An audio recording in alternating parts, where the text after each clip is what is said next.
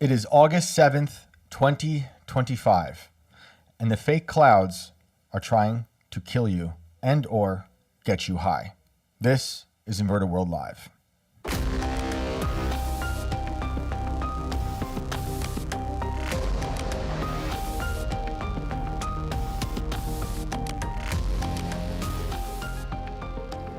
Welcome back, everybody. This is Inverted World Live, and I'm your host, Shane Cashman. The sky has been weaponized against you and me and the entire world, and we're going to get into some of that tonight. Glad you're here to join us. It is Thursday, our last show of the week.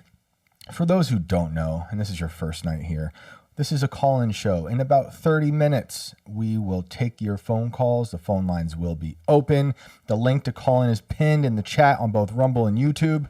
It's audio only, so we will just have a disembodied voice calling in to share a story, any story. There's no theme. It can be a ghost story. It could be a cryptid story. It could be a missing time story.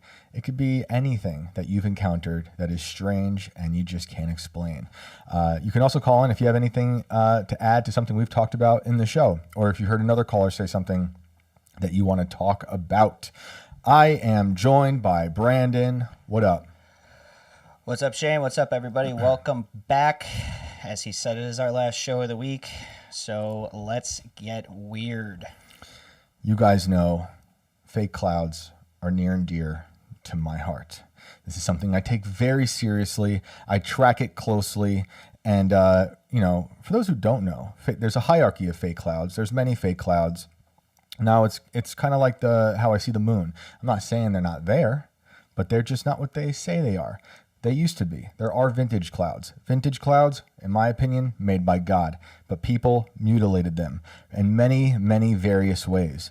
We've got chemtrails. I think that's something most of us could agree on. Perhaps not. Now, they're different than contrails. Contrails are the small little tails behind planes that evaporate as the planes go. Chemtrails are the ones that stretch out across the sky and kind of slowly expand if you watch them, like fake spider webs from Spirit Halloween that might just have silver iodide in them, or who knows what. There's lots of theories about that. Shout out Spirit Halloween. Shout out Spirit Halloween, brought to you by Spirit Halloween. Now, we also know we have rainmaker clouds. That's the ones that are the fake ones to help with rain. So those would be some clouds that might have been vintage at one point, that had been filled with things that are not real. And Rainmaker, in reference to the Rainmaker CEO, one of many type of seed clouding operations that try to make it rain, unlike Lil Wayne, but in a way where they say they want to help farms, but in the future, like we know, as they have said on the record, their mission is to make fake rain for data centers that use up so much rain. We've talked about that amount of rain, which is an ungodly amount of water that data centers eat up. I also think there's hologram clouds. That's a little less known cloud out there that's fake. Hologram clouds help cloak things. You guys have probably seen them. I bet you have. But there's also just crazy acid rain clouds, and I don't think people talk about that enough. And we're going to talk about drug clouds tonight and vaccine clouds.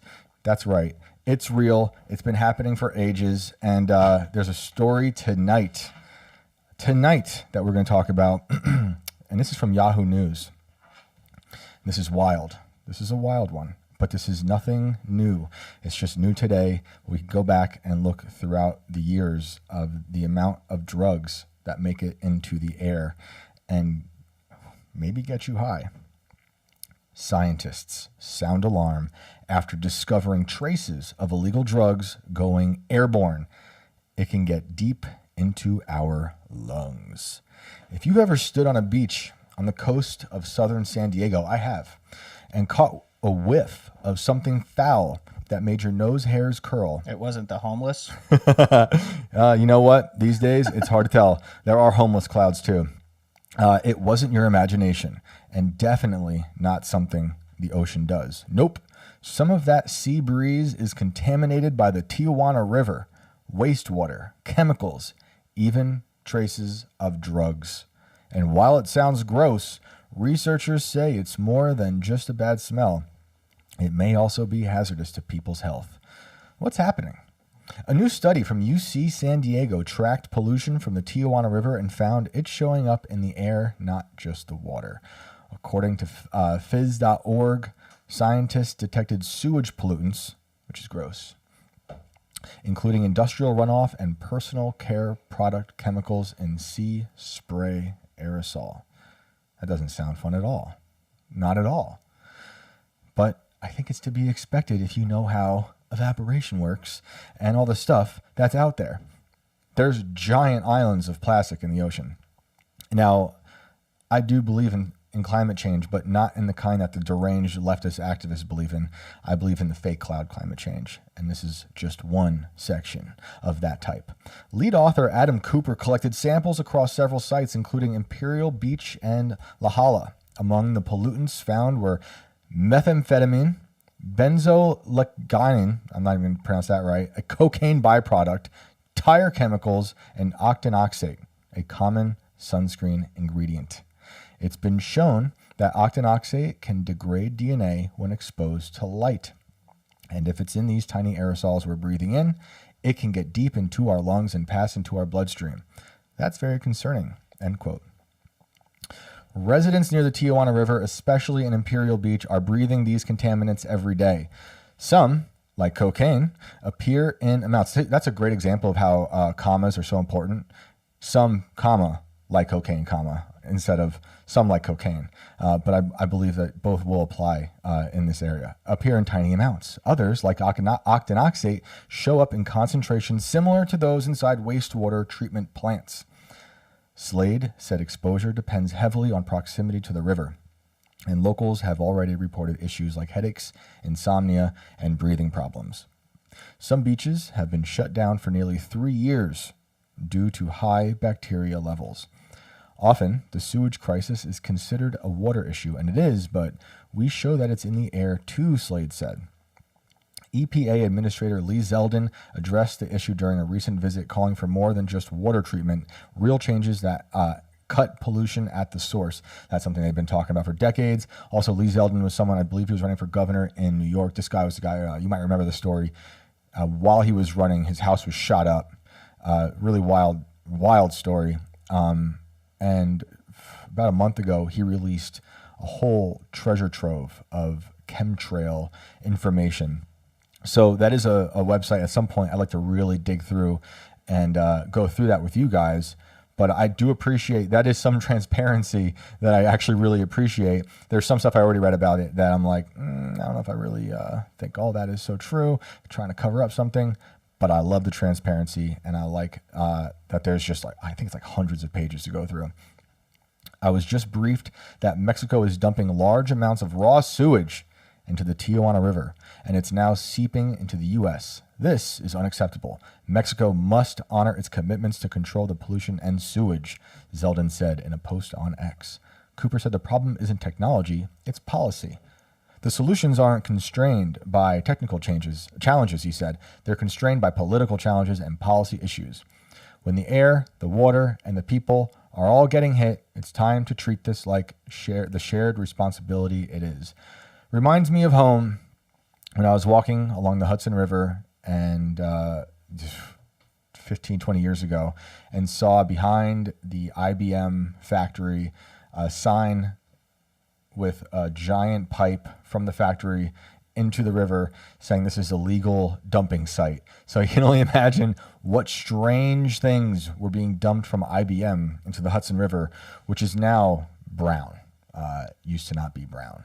And I just wanted to show that this isn't so new because you can go to pubmed.ncbi.nlm.nih.gov. We're not going to read the whole thing, but this is from 2010 in August. It says, drugs of abuse in airborne particulates in urban environments. And I'll just read some of the abstract. It'll sound a little familiar now. The presence of cocaine, heroin, cannabinoids, and amphetamines, among other drugs of abuse, was detected in airborne particulates in urban environments in Spain. Of course, this is worldwide. The levels of these compounds were determined at air quality monitoring sites by the application of a novel and specifically targeted analytical methodology, by which mean daily concentrations of cocaine. And then it goes into how much they found and when, and you guys can search that up. I will not bore you with that whole situation. So there's drugs in the sky, and I don't think that's shocking to anybody. There's been so many wild conspiracy theories over the years, especially during lockdowns. People, I think it was especially in Australia, were afraid that their government were spraying vaccines over the air. Aerosolized vaccines, which is something most governments have been working on over the years. There's a lot of studies that they're trying to do inhalable vaccines. That's not a mass aerosolized vaccine. That's a one-on-one vaccine you can breathe in. That it's hard for them to test. But there are reports dating back to the 60s, especially in the USSR, where they tried to just dump vaccines over the sky. And I think it was for measles, maybe a few others. But this is something they've been working on. And I think it's a valid concern to have, considering we know about things like Operation Sea Spray. And we can pull that up. I figured, I know we talk about it a bunch, but it seems like this is right in line with tonight and some of the worries I have about what they're putting up there and why. I didn't pull this up, but I do remember this post, and it's on Nicole Shanahan's Twitter somewhere. She's also deep into the fake cloud world now, and she was worried that they're actually putting like mind-altering contaminants into the sky. That would sound like the deranged evolution of an MK Ultra project, and I won't discount it. But that is all just theory for now. We do know, however, about Operation Sea Spray. You might remember our caller from 2 months ago who called and told us that her mother was a victim of Operation Sea Spray. So if you don't remember what that is, I figured we'll just pull up and talk about it on Wikipedia, just your typical mainstream website, to let you know this is something that is that has happened. Operation Sea Spray was a 1950 U.S. Navy secret biological warfare experiment in which Serratia Marcescens and I'm terrible at this. How do you want to say that one, Brandon? I think Bacillus globigili. Wait, Every time I say one of these words, I sound like the guy from Family Guy. Bacillus globigi. Globigi. Or globi guy? Maybe globi guy. That sounds like a slur. Yeah, globi guy, globi girl, you know. I don't want to assume genders here. Bacteria. This was a bacteria, is what I'm trying to say. And it was sprayed over the San Francisco Bay Area in California in order to determine how vulnerable a city like San Francisco may be to a bioweapon attack. There has been speculation that the experiment may have contributed to 1 death and at least 10 illnesses. I bet that's a conservative number. Starting on September 20th, 1950, and continuing until September 27th, the U.S. Navy released the 2 types of bacteria from a ship off the shore of San Francisco. Based on results from monitoring equipment at 43 locations around the city, the Army determined that San Francisco had received enough of a dose for nearly all of the city's 800,000 residents to inhale at least 5,000 of the particles. That sounds good, right? At least. This is within the range of infectivity for anthrax. No biggie. Just for funsies, on October 11th, 1950, 11 residents checked into Stanford Hospital near San Francisco with very rare, serious urinary tract infections. Although 10 recovered, Edward J. Nevin, who had recent prostate surgery, died 3 weeks later from a heart valve infection. The urinary tract outbreak was so unusual that the Stanford doctors wrote it up for a medical journal. None of the other hospitals in the city reported similar spikes in cases, and all 11 victims had urinary tract infections. Sounds like great fun. Following medical procedures, suggesting that the source of their infections was inside the hospital. Or was it? Cases of pneumonia in San Francisco also increased after Serratia Marcescens was released through a casual relation has not been conclusively established. The bacterium was also combined with phenol and an anthrax stimulant and sprayed across South Dorset by US and UK military scientists as part of the DICE trials that ran from 1971 to 1975. So that's just one that we know of. I don't think they stopped. I don't think that's the only one they did then. I think they love experimenting on us. I think we've done a lot of things over the years that lead to illness, strange illnesses that maybe we shouldn't be having because they think it's for the greater good. I don't like it. I don't like it one bit. And when I was reading about Operation Sea Spray again today, it made me think about another thing, another type of fake cloud, which is the dust cloud that many people, one being Bill Gates, have been trying to throw into the sky to block the sun. We've talked about ScopeX quite a bit on this show. That is Bill Gates' version of the geoengineering project that would block the sunlight, reflect the sunlight back up into the atmosphere by using dust.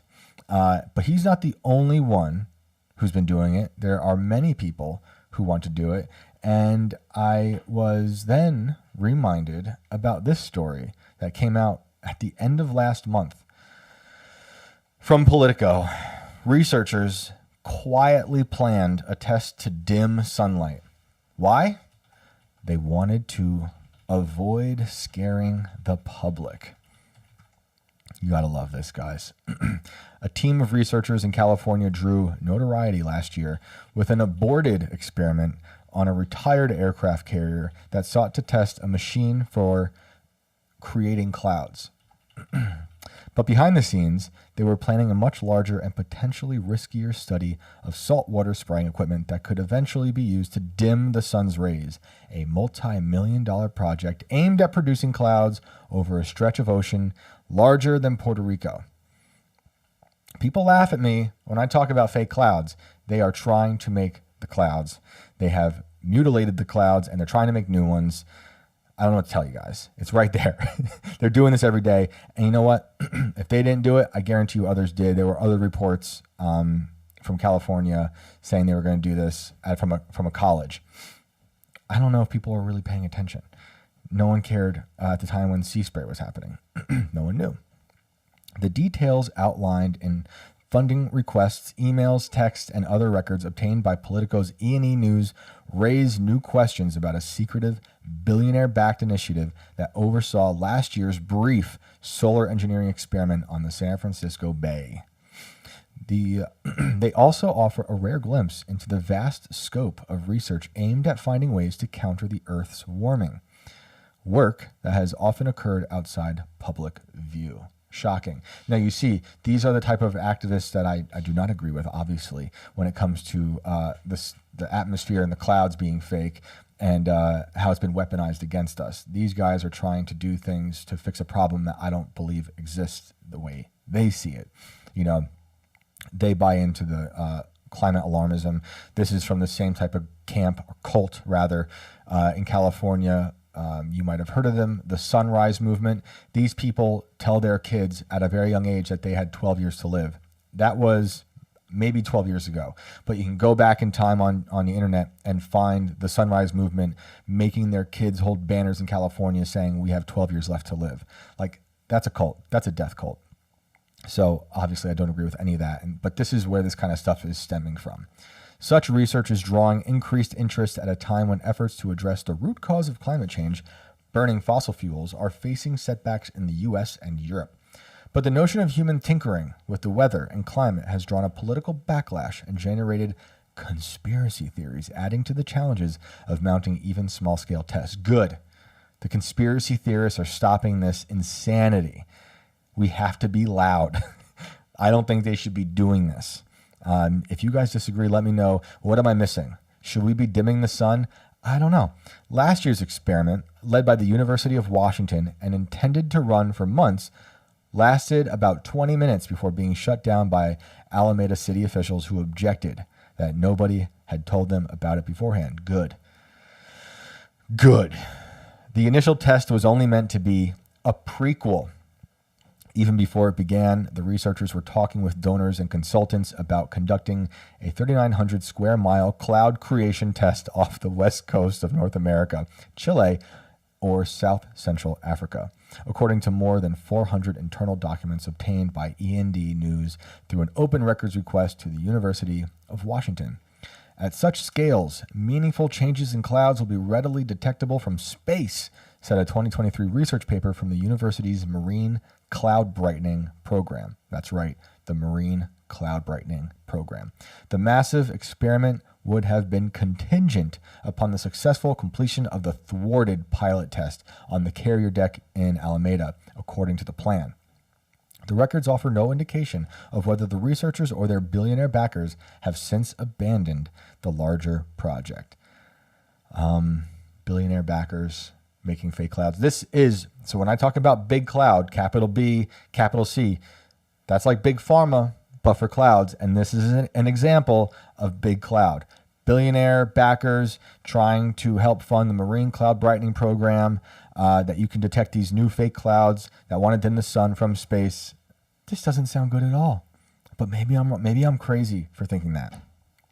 Before the setback in Alameda, the team had received some federal funding and hoped to gain access to government ships and planes, the documents show. The university and its partners, a solar geoengineering research advocacy group called Silver Lining, of all names, and the scientific nonprofit SRI International, sounds like they have SRIs in the clouds. That's actually what Nicole Shanahan was getting at. SSRIs in the clouds, didn't respond to detailed questions about the status of the larger cloud experiment. But Silver Lining's executive director, Kelly Wanzer, said in an email that the Marine Cloud Brightening Program aimed to fill gaps in the information needed to determine if the technologies are safe and effective. Where's that phrase from? I've heard that before. Safe and effective. That's so familiar. In the initial experiment, the researchers appeared to have disregarded past lessons about building community support for studies related to altering the climate, and instead kept their plans from the public and lawmakers until the testing was underway, some solar geoengineering experts told E&E News. The experts also expressed surprise at the size of the planned second experiment.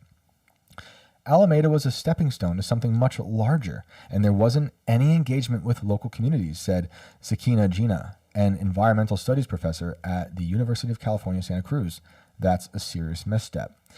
Well, good for her. I'm sure she is also deranged in her own ways, but good for her. In response to questions, University of Washington officials downplayed the magnitude of the proposed experiment and its potential to change weather patterns. Instead, they focused on the program's goal of showing that the instruments for making clouds could work in a real-world setting.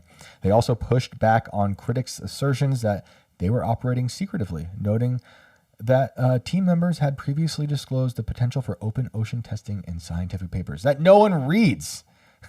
Hey, you guys, we put it out there. They do. They always do that. They always put out their plans beforehand. It's all out there for everyone to find. But I'll leave it there for that. You guys, you got cocaine in the clouds. You got perhaps vaccines in the clouds, perhaps SSRIs in the clouds.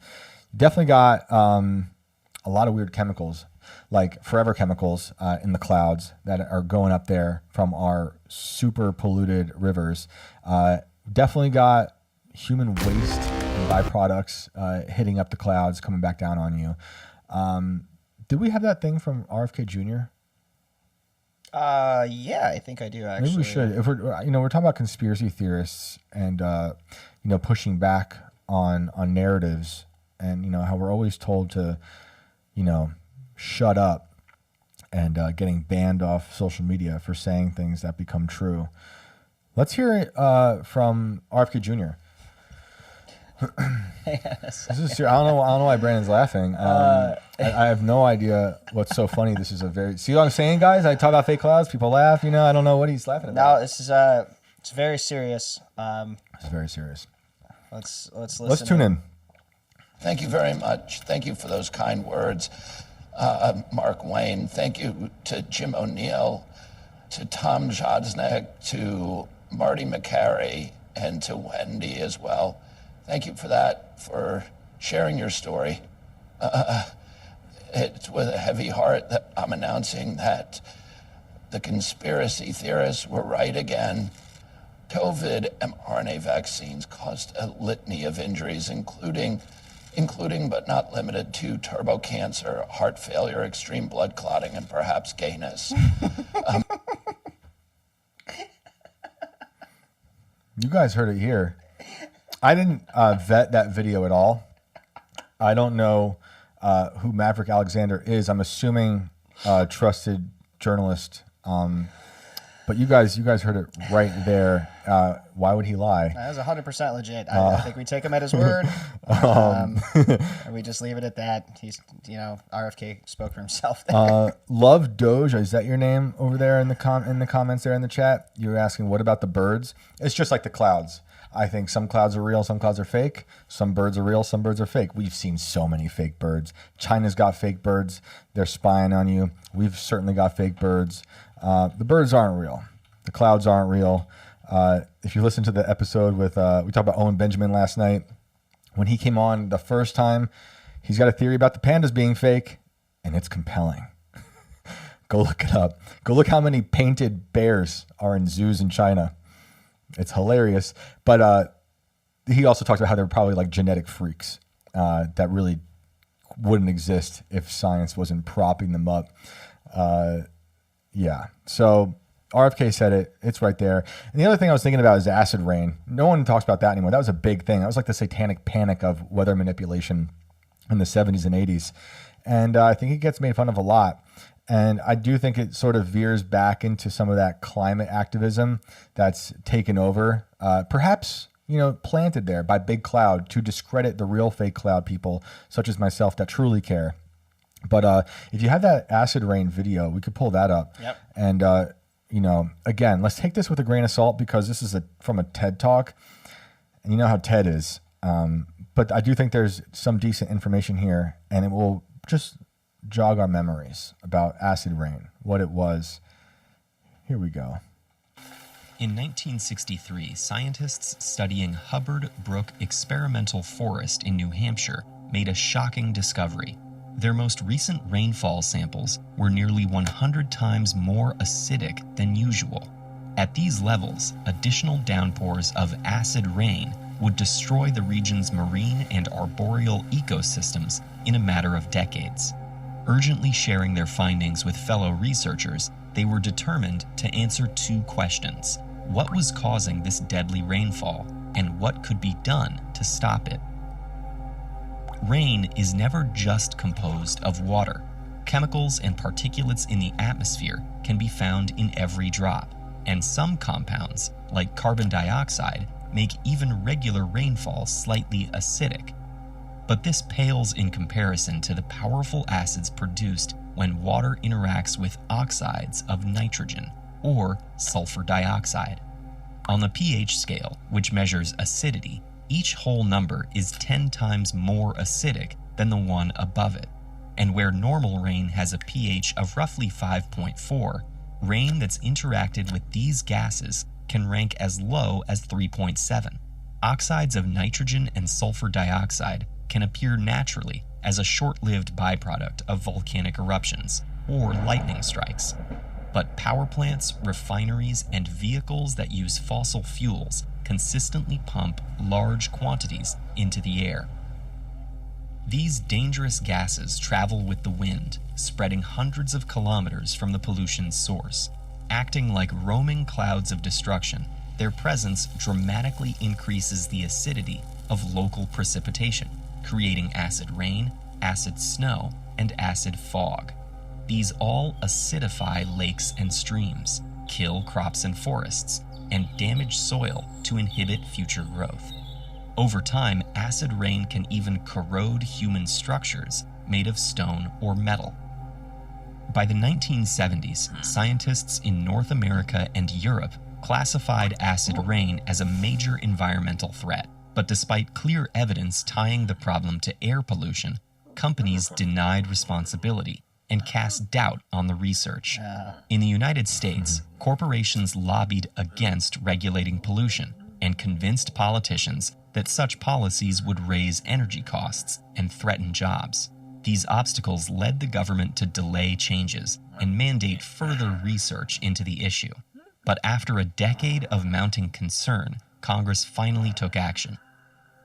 Since the bulk of sulfur dioxide emissions came from power plants, the government set a limit on the total amount of it the electric power sector could emit each year. Then, they divided the permitted emissions into a fixed number of allowances distributed to each power plant. A plant could then choose to emit as much sulfur dioxide as this they is were where it's going to allowed. lean to regulation and boring stuff, which is, I'm not the biggest fan of regulations, but there is some decent information there, and that is the kind of thing that Zeldin is now referencing with regulations to stop whatever's possibly happening in the Tijuana River. I don't know. I honestly don't think that's the only culprit. I think a lot of the things that they've blown up over the years, think of all the atom bombs they've blown up, if you believe in atom bombs. I think all the stuff that we've been putting, all of our waste into the water supply, that stuff is not going to be good. I see Renee talking about fluoride. That's happening. I saw when someone in the chat said about the birds, I saw that you followed up before refreshed, that you were asking if the birds would be drugged because of the fake clouds. Yeah, I'm going to say yeah. The birds are high. I also saw Jason ask if Big Cloud is trying to make us gay. Definitely. If not that, then weak and just dumb. And all of it is trying to water us down, literally and figuratively. And Robert said, release the Epstein cloud. Yes. So I don't know. What do you guys think? Should we be worried about the clouds getting us high? What are we going to do to stop it? I don't know. I try to not breathe when I go outside. I think that's the only thing. How's that working? It's tough. I move quickly. I'm working on a helmet to keep me safe. No, but I do think it's a problem. I think it's disgusting that they have put so much bad stuff in the water and in the sky, and they just experiment on us. I mean, it's not cloud related, but we know about stuff like the Tuskegee syphilis experiment, where they just watched these men die over generations with syphilis without treating them. We know about what we did to the people of Guatemala by giving them syphilis. It was very odd when Hillary Clinton came out and apologized for our nation for doing that when she was Secretary of State. That was a big moment for me. I was like, what is she talking about? And you look it up. We gave Guatemala syphilis. We look at these weird things they do to us, and it doesn't end. These are just a few examples, and they just go back to quietly trying to block the sun or drug us remotely or mass vaccinate you, which there are theories and studies out there. They're working towards those type of things. They sell it like we talk about all the time on the show about why this is a good thing. So their argument is this is a good thing because they can hit up remote locations with mass vaccinations. And they think they can just drop out of the sky. Their problem is they don't know how much goes into who, and they got to figure that part out. But they'll get there. What do you guys think? We got the vaccine clouds. We got the drug clouds. We got the mutilated vintage clouds. We got the chemtrails. We got the silver iodide clouds, hologram clouds, acid rain clouds. The acid rain stuff, they still talk about it. I was seeing some recent videos about Washington, D.C. getting eroded by acid rain. And I said, that's okay. I'm okay with that. That place can get hit by acid rain. But let's do some callers. Absolutely. I just, really quick, because this completely enraged me today for all of like 2 hours. Oh, yes. I took to Twitter and reposted this when I seen this. And I had to rewind to get the screen cap of this because they pulled it almost instantly after they had it on the air, which I thought was funny. And I didn't see it go back up for the rest of the show. He's been fuming about this. This drove me absolutely bonkers. I saw it right before Green Room taping today, and you can hear me bitch about it for the first 10 minutes on Green Room. I was all worked up. This was the headline of the discussion during the show, The Five, that I was watching today.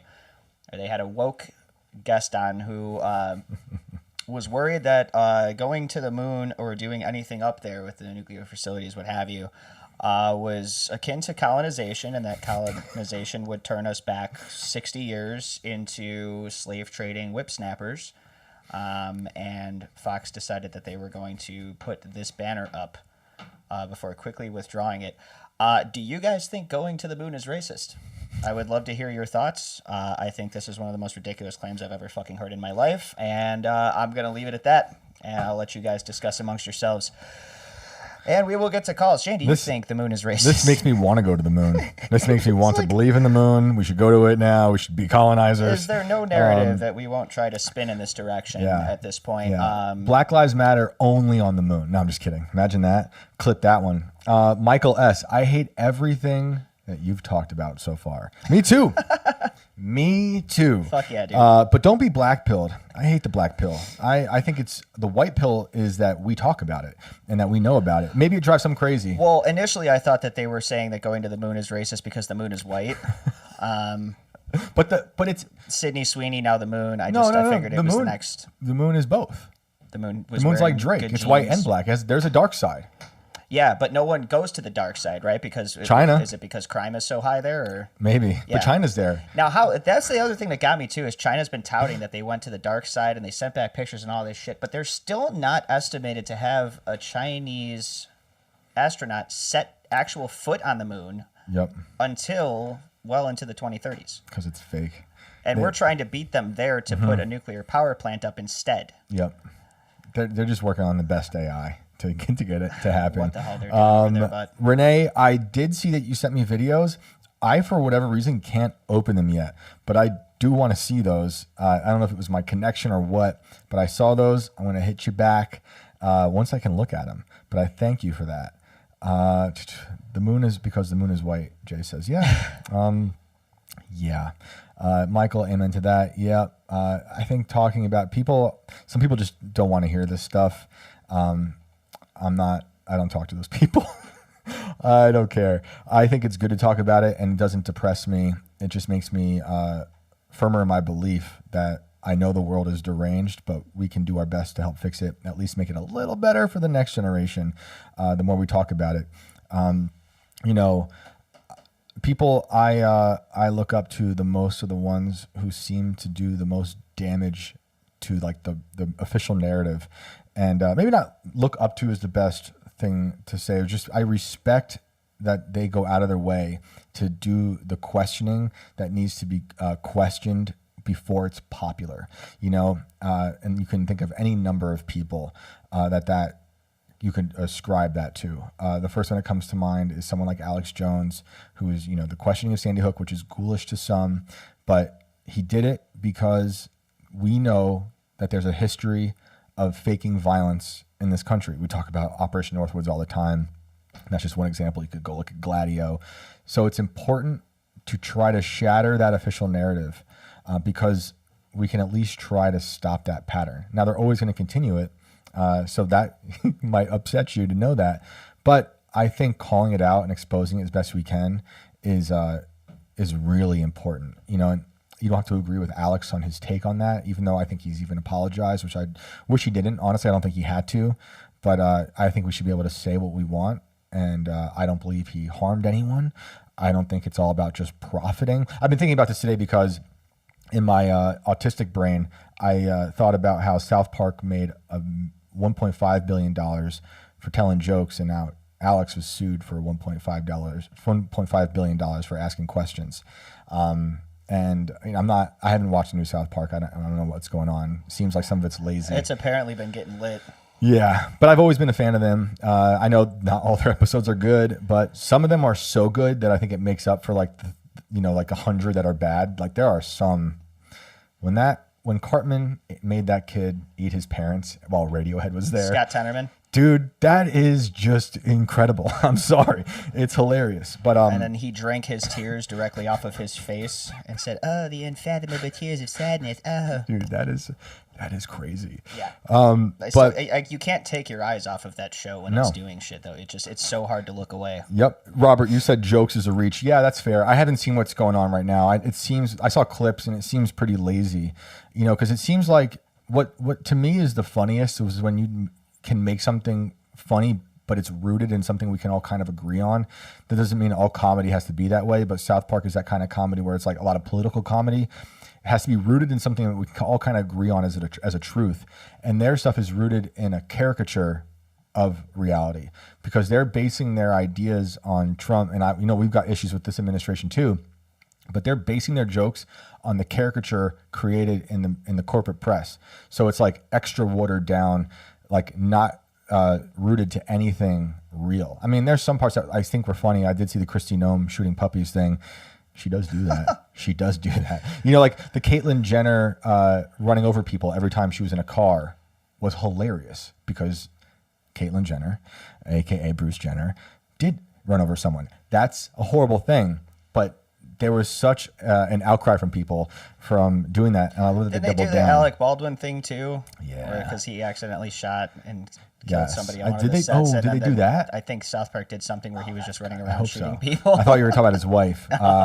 But it's good. That's what I love about the show. I don't think they really did much about Joe Biden, which was ridiculous. I mean, that was such an easy one to do.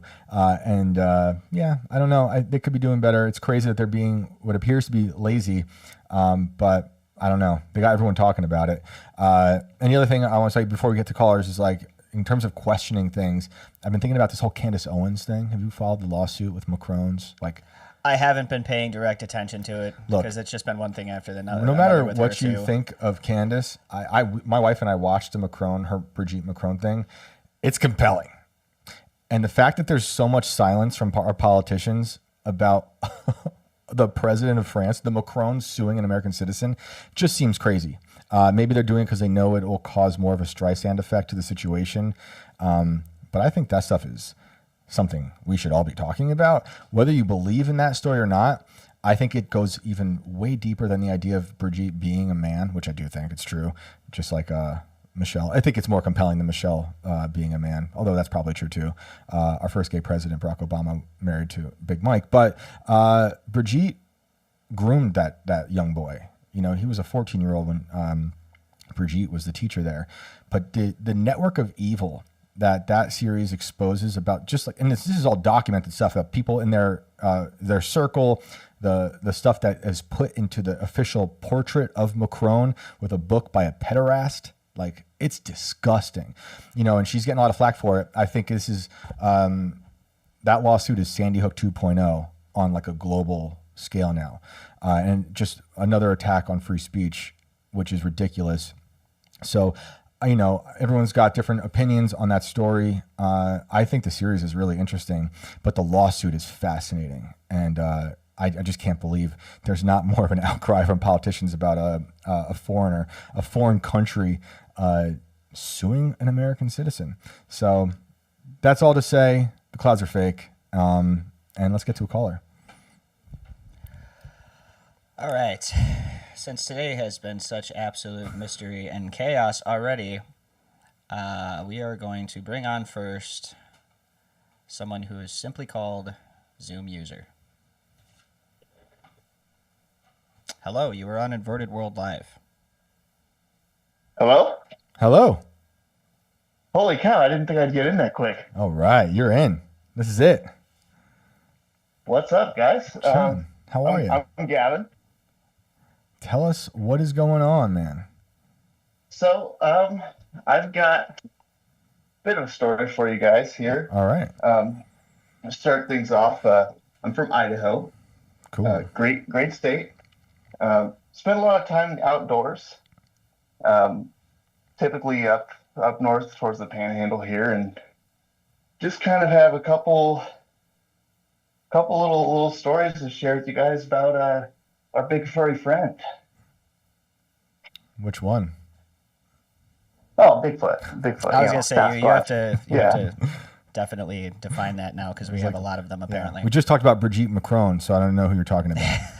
That I wouldn't call that a friend, but big and furry probably works. Awesome. All right, well, let's hear it. Yeah, so this was about a year and a half ago now. I was up doing some backpacking up on the Clearwater River.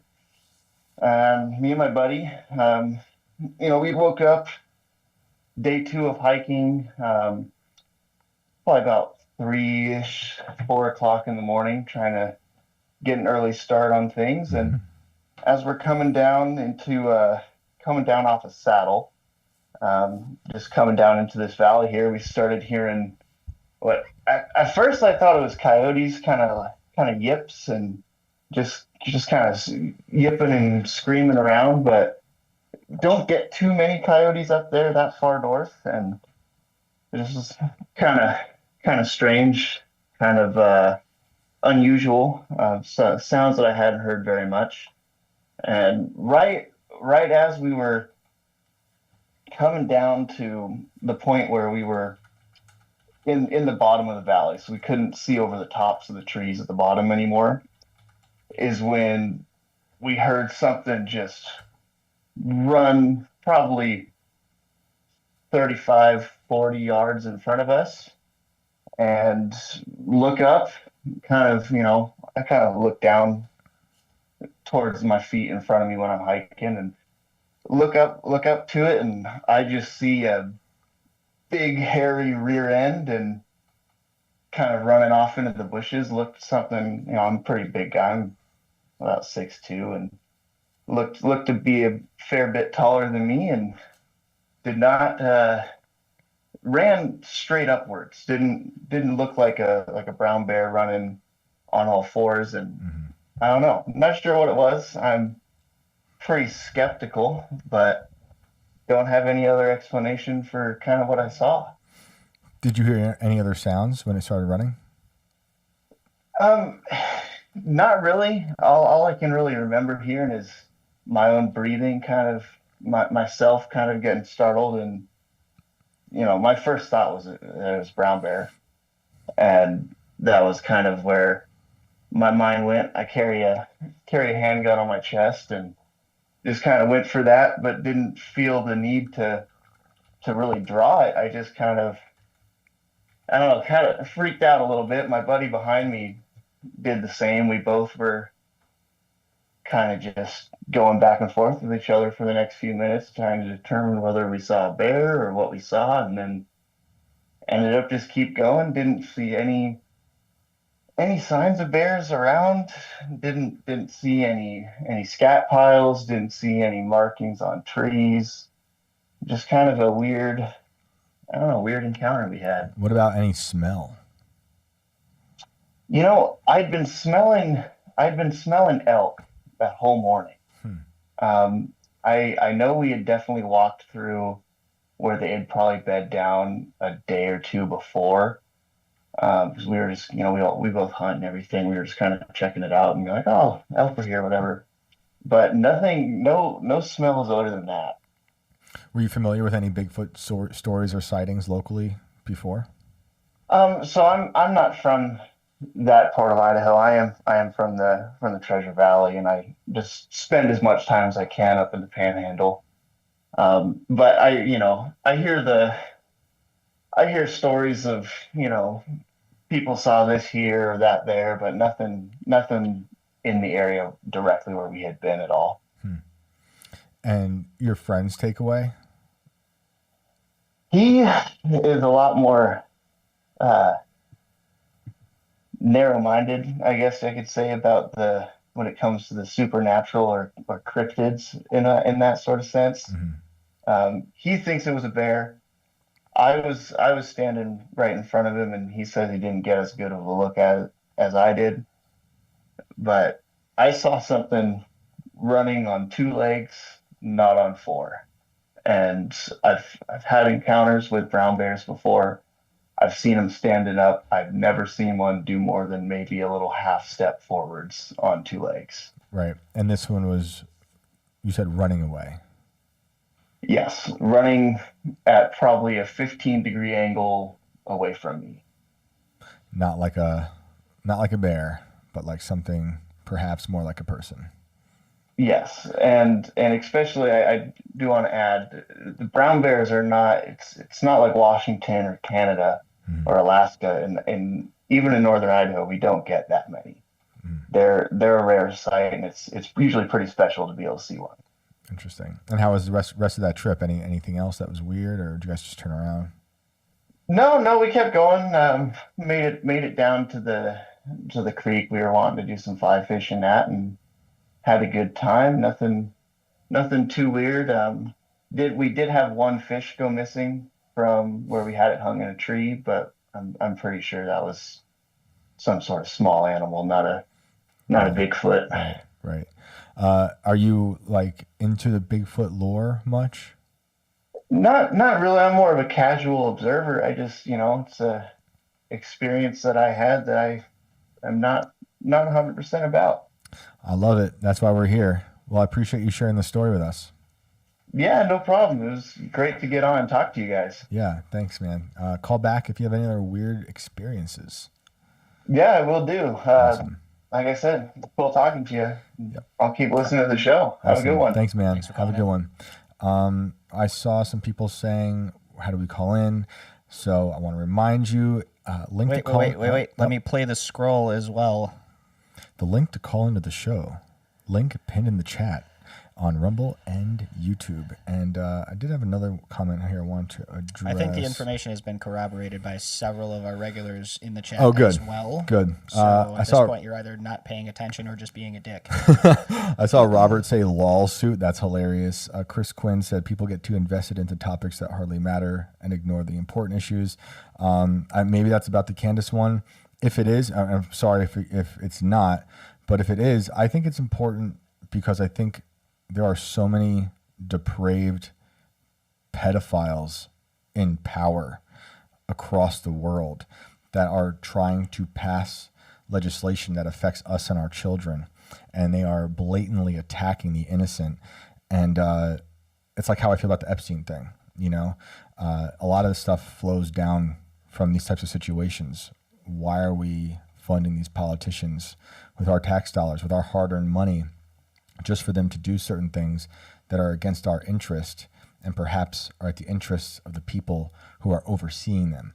Now, maybe it's not everybody, but it does seem widespread. And when you look at something like what Candace did, it shows you that there's just such a vast network of really, really bad people. And the other way I think about it is it's not just, this is a better way of putting it. It's at every level. Like when I talk about the people who go out there and catch pedophiles, like an Alex Rosen type, they're out there catching people who are in your communities. And there have been people with power, there have been CEOs, but a lot of them are people just running your local pizza shop or who are teachers, which is insane. So that is widespread. And that evilness, I think it extends to every institution. And there's better people, I'm putting in quotes, higher up. What I was going to say is they're better at hiding it. And they are higher up in these networks that get away with it forever. I mean, you look at someone like Jimmy Savile, who was a BBC, like a personality. It's like thousands of victims, It's disgusting. We talk about the pediatrician that was over here in Delaware. Thousands of victims in his lair beneath children, beneath his practice. Just disturbing stuff, and it's just not unique. These are not just one-off stories; they happen so much, which is why I'm so interested and invested in these types of stories. Of course, I also care about the economy. I care about the day-to-day. I care about the things that affect us directly tomorrow, and I want that stuff to be course corrected. But this stuff that I'm talking about, this is about like a longer issue about obliterating the deep state, which I think is wrapped up into a lot of this evil stuff, like blackmail, like pedophilia, which has got to go. All right, let's get to another caller. All right. Let's bring on Deborah.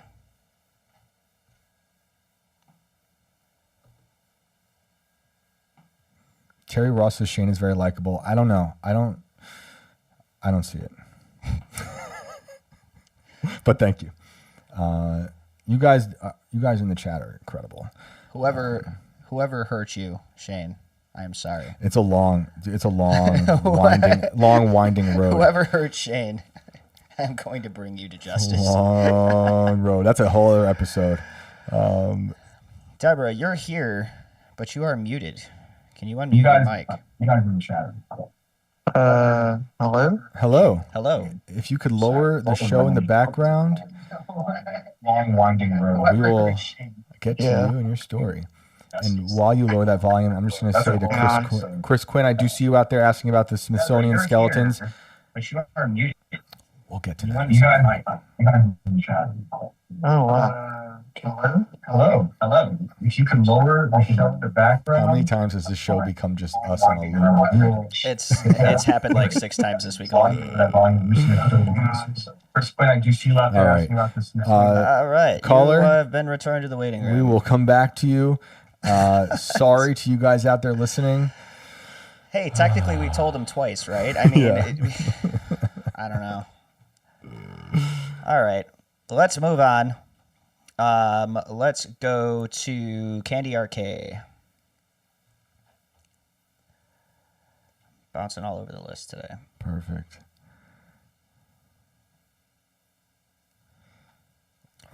You are on Inverted World Live. Welcome. What's up, guys? What's up? How are you? I'm good. How you guys doing? We're good. We're glad to have you here. What's going on? Nothing much. Just back again, finally. Awesome. Welcome back. You guys were talking about the whole cloud seeding and everything earlier. Also, the guy that just was on, he was from Idaho, right? Yep. Yeah. I just came back from just east of Idaho on Tuesday. Is Oh, it funny. filled with potatoes from front to back like we've all been led to believe our entire lives? I'm really curious. Not up there. Okay. It all looks the same up there. It's very foresty, you know. It sounds beautiful. It is. It's just funny because I think before I went out of town, you guys were talking about to someone who was from Montana too, and I was like, well, that's where I'm going. Oh, funny. That's weird. Are we But, plotting your map for you? Is that what's happening? Yes. Right? Yeah. Hawaii is in your future. I've never been there, so we'll see. Well, next week, call back. Well, what's going on? As far as the fake clouds and all that stuff, I was like a cog dis person on that. Like I was like, there's no way they would do this because they're doing it to themselves. Yeah. But I'm like, never mind. They don't care. It took years for me to figure that out, but even like in the early 90s when I was in like elementary school, I'm like, what is acid rain? What are you guys talking about? Yeah. And now I'm like, okay, now I get it. I think it was a thing. I think it is a thing. Yeah. And they But- turn it into a joke and then it just goes away. Yeah, exactly. But just when I was in Montana, there was a huge like amount of smoke that came into Vegas because of all the California fires. But like a month ago, it was because of Mexico's fires. So I'm like, what's going on? Yeah. There's a lot of those. I mean, We had that in Chicago in Canada. Yeah, right. Yeah, I was remember just gonna that too. reference That was bad. It was Yep. disgusting to breathe. Did the sky turn orange? Somewhat, depended on what kind of part of the day that it was, but Yeah. for the most part, it was just you were just existing in this haze that tasted like chemicals, Yeah. Ugh. That sounds great. and it lasted for Yeah, it days. happened in Ohio too. When was that one? The same time, all that time, all the way to New York, Okay. basically. Gotcha. Yeah, it's disgusting. So Montana, you had the strange haze, and then there's also those fires recently in the ones that are in Area 51. Yeah, there's another one now. Area 51. Yeah, there's one, the original one we talked about last time I was on, and Yeah. there's another one that's just southwest of that, about I don't even know, like a couple hundred acres, but they're about 45. The last time I checked, 46,000 acres in 2 separate fires burning. Now I'm like, okay. Great. That's awesome. Is that one also by a lightning bolt? I think they're blaming that on like the arid climate or whatever, but I didn't really look into it. I just always look up the fires just to see what's going to be happening. Yep. You're just trying to escape fires. You're just zigzagging across the country to get away. All smoke or whatever they put in there, you know? Right. Well, that's wild. I hope you're safe out there as you crisscross the country. Yeah. Most of the smoke left Vegas before I got back, so that was good. Okay. Well, thank God. Yeah, it was bad here. You know, it wasn't just those I remember. It was that one, I think I've talked about it before, from East Palestine, Ohio, after that train wreck. That cloud of chemical came across the whole eastern seaboard and dropped strange chemical dust all over the place. Yeah. Sorry, my clock's going off. Oh, no, it's all good. It's all good. But was that it? Did you have anything else you want to share? The other thing that I thought of, one episode I tried to call in, but I wasn't able to get on. You guys were talking about like UFO type sightings. Mm-hmm. So I think it was like 2021 when we were still having kind of lockdown situations in Vegas, like coming out of them kind of. Actually, it might have been during the Chinese weather balloon thing. Okay. I was sitting on my back in my backyard, just smoking a cigarette, and I looked up and I was like, "What is that?" And I told my husband, like, "Babe, do you see that?" And he's like, "What?" And it took a second for me to get him to see it, and it looked like it was about the height of where an airplane would normally fly, but where it was, there's no way it could be there because that's like nobody flies over that. Where like the middle of the city, where the airport is, everything. And I look up and I'm like, it looked like a metallic, like almost like Jesus on the cross. And we're like, what the hell is that? And my husband goes to get his camera, like professional camera, whatever. He doesn't know how to use it because he's like always trying to do it, but never has enough time type thing. Mm-hmm. Tried to get a picture of it, but he couldn't because he couldn't find it. That's how far away it really was. But we're sitting here looking at it like, what is that? Whoa. Were there any reports afterwards from anyone else? Not at all. I asked people who look up that far and like to look for that kind of thing. They were like, nope, didn't see it. That's wild. You said this is above Vegas? Yeah, it was like dead center above Vegas. I live in the middle of Vegas. Okay, were you there? So you must have been there when that weird alien story was happening about the alien in the backyards. What was up with that? That one was weird because like the footage that they had, like I'm sure you saw the footage, even like there was another officer who was like on the way to another call and he had seen like it looked like a meteorite kind of hitting the sky, but it was kind of not. Yep. And then shortly thereafter, they came up and they're like, we saw the same thing in the sky, and now you guys are talking about this.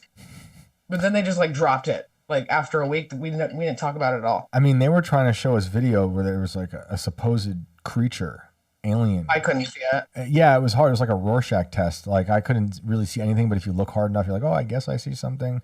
Right, it was exactly. weird, but they were really trying to pass it off. That story, I think it was happening around the same time as the alleged tall aliens walking through the Miami Mall.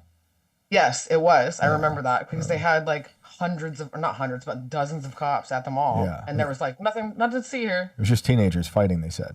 Yeah, exactly. I don't know. Pretty odd, but awesome. Well, it's good to hear from you again. Stay safe out there. All right. I'll talk to you guys soon. All right. Bye. See ya. Bye. Awesome. Awesome. Awesome. All right. Well, you guys know how to call in. Our phone lines are open. Let us know, Brandon, who you got. I'm reposting this link again because I still see people asking. Okay. Midnight Toker says, Idaho is not real.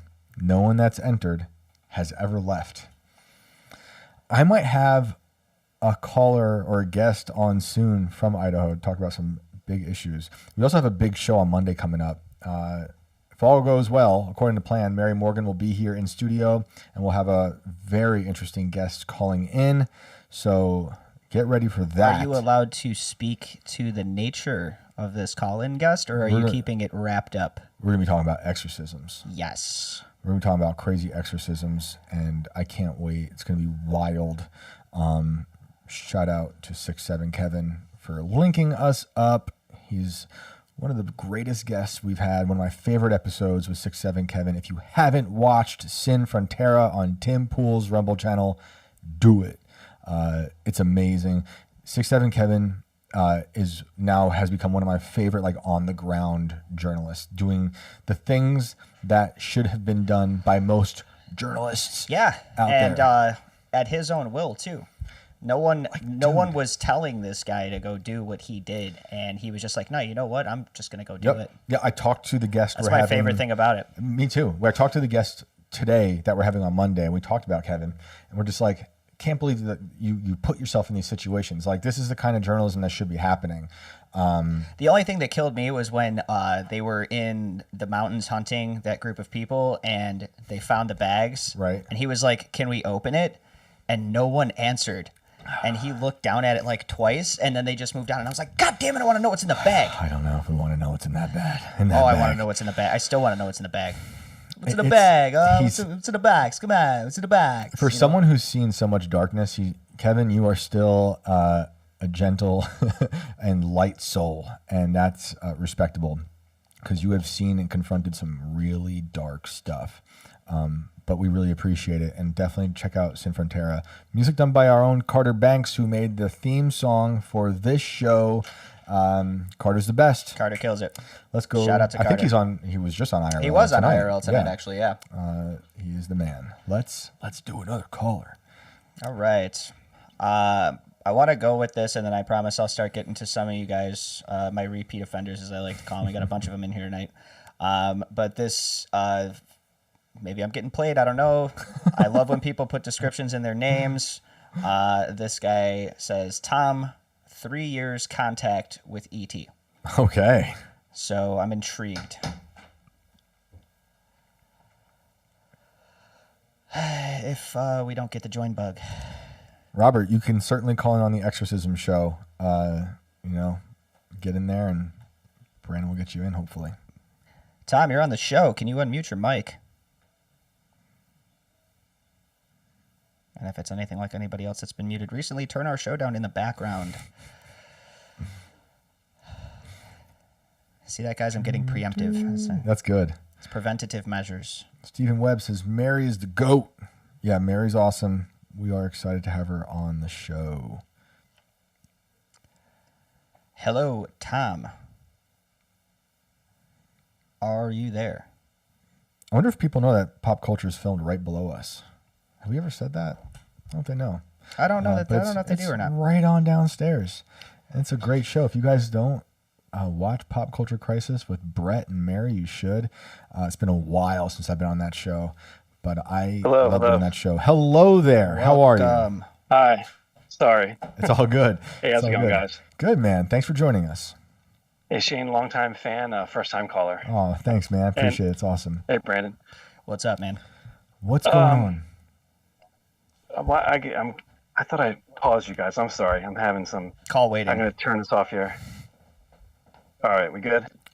Yeah, we can hear you just good. All right. So this is kind of a long thing, and I'm getting all nervous already because it wasn't the best experience of my life. Let me put it that way. All right, take your time. But before I get started, yeah, I want to say the U.S. feels better that half of our pedophiles are over from Congress or over in Israel. I'm not sure if you saw that picture, but I like that.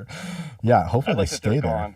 What are the whereabouts of this picture? It's a picture I kind of want to see it. Of Congress in Israel. Like, was that real? I saw it and I'm like, that can't be real. My brain just said no, but I did see that photo. I want them to be there.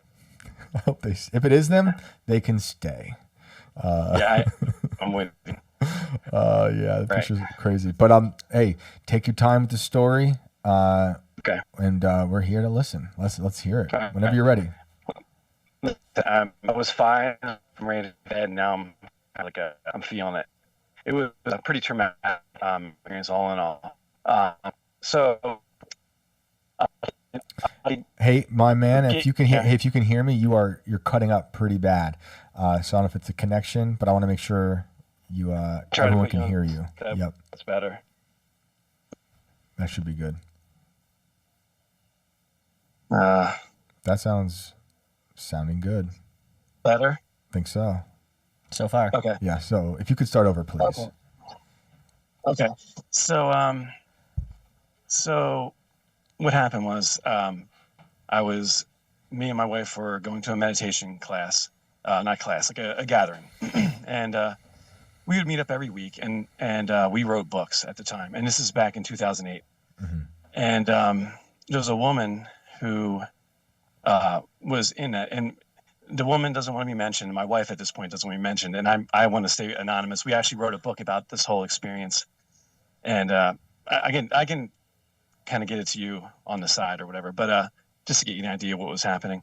So this woman knew that we wrote books, and she approached us, and nice woman, but apparently she was she had a pretty bad disease at the time, and was almost at death, right? Like kind of dying. So a few doors down from where we did this, there was also another church, and the woman told us at this church there was a portal, and there were many beings, actually, many like beings at this portal at this church. Like no one could see it, but she, because she was close to death, she could actually see these beings. Like, and she spoke to mainly one of them, several, but mainly one. And this one's, I guess you could say, girlfriend, and that's who we kind of spoke to as well. And after some time, so she told us, and she had no reason to lie, and we're like, okay, well, whatever. You know, we were open to all that. We, you know, it was what it was. So we figured we'd check it out. So when we first started doing this, when she brought, and these beings can only stay at this church. Like the portal was pretty much the parking lot of the church, and we would go there in the middle of the day, park our van, and sit in the van and actually talk to these beings. Well, talk to the one being mainly. And we had a YouTube channel, and we would ask it all kinds of questions. People would ask us to ask it questions. It was really kind of crazy. But so when we first started, and I'm going to try to get to the point to where I've believed that something actually was happening, because we were going to can it all. So we would go to this parking lot, and the woman would have to say, like, if we had a question, we would say, hey, are chemtrails real? She would have to ask the being, are chemtrails real? And then the being would answer us back. You know, so it was this whole weird chain that we were going through, and we were recording them and just like transcribing it and all kinds of fun stuff. So starting to lose my voice. I'm really getting kind of nervous, and like I said, it was a weird experience. Take your time. Okay. All right. So after like say 2 or 3 weeks of doing this, what we the being actually could start hearing us. And so I would ask the question, hey, whatever, you know, or what's the best religion, or whatever we would ask. And then the being could answer her, like tell her, and she would tell us. The communication was getting better. And at this point, I think probably about a month or two in, it was really weird, because when we were doing it, we were losing time. We didn't live very far from this place, maybe like 2 miles, but we wouldn't remember going home. It was getting really weird, and we weren't sure if we were psyching ourselves out or whatever. And we meditated for a long time. I still meditate every day. That's why I'm surprised this stuff shakes me up as much as it did. It actually messed up our family life and all kinds of, you know, the typical stories. It's all true. I would never tell someone to do this, what we did. So it became easier for the being to understand what I was saying or my wife was saying, and then the woman would answer back. So we were getting ready to bail on this, because we were thinking, this is too weird. We're spending a lot of time doing this, and you know, we're not sure if it's true. And then I had an idea. I said, well, why don't we do this? Why don't I leave the van? You guys stay in the van. I'll walk out and I'll say something, and I'll come back. And so that was the plan. We're like, all right, let's try it, right? So we pull up. We're in the air conditioning's going in the van. I walk out of the van. I'm guessing, like, say 20 feet, 30 feet in front of the van, looking away from the van at the church. And I just looking around, and it was a beautiful blue sky. And I said, the sky is blue today. Something along those lines. Like, it's a beautiful, I'm pretty sure it was just the sky is blue today. Mm-hmm. So I go back in the van and I said, well, what did I say? And the woman said, the sky is blue today. And I'm like, man. So we stayed with it. We asked tons and tons and tons of questions. And eventually what we ended up doing was the being always would ask us, like, when are you guys going to run out of questions? And kind of like almost like laugh at us, like, you know, you guys are asking these questions. When are you going to run out of questions? And so finally we kind of did. We were doing it for on and off for like 3 years. And so the book that we actually wrote was about this being, we just said, okay, well, you tell us. We're going to stop asking questions, and you tell us, and what is the message that you want us to know, or what do you want us to know?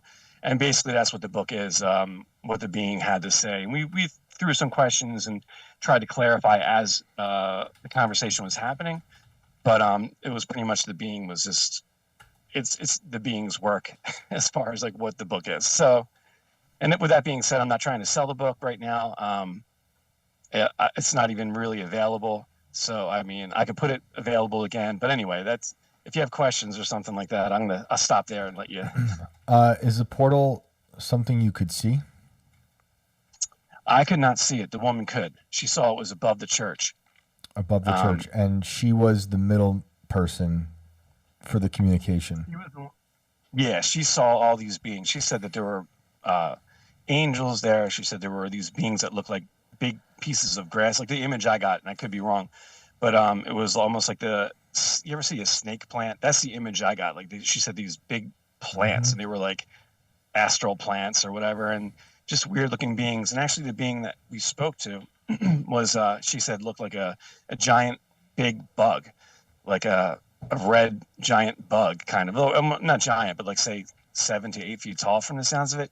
And his girlfriend looked like a strange looking, skinny, very white, pale doll.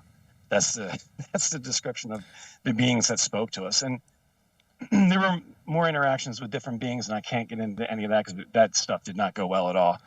And, how did you feel like this was actually happening? You know, like if she's the middle person, what was the thing that made you feel like there was someone she was talking to, if you couldn't see it? Well, that experience when I walked away from the van and I said, hey, you know, I walked away from the van. She was nowhere near. And then I said, the sky's blue today. And when I went back in, and she told me back that the being told her that I said outside the van, the sky is blue today. I'm like, that was the selling point for me as far as like, okay, well, and it felt really strange when we were there, like, and the being said that we were not used to its vibration, you know, for lack of better words, or frequency, and we were adjusting to it, and that's why it felt weird when we drove home and different things like that. And also too, it said that it couldn't leave the portal area because it would lose its frequency or something along those lines and couldn't get back. So it had to stay within this, like basically the parking lot of this church and inside the church. But it couldn't go anywhere else. Did other people show up with you guys to talk to this?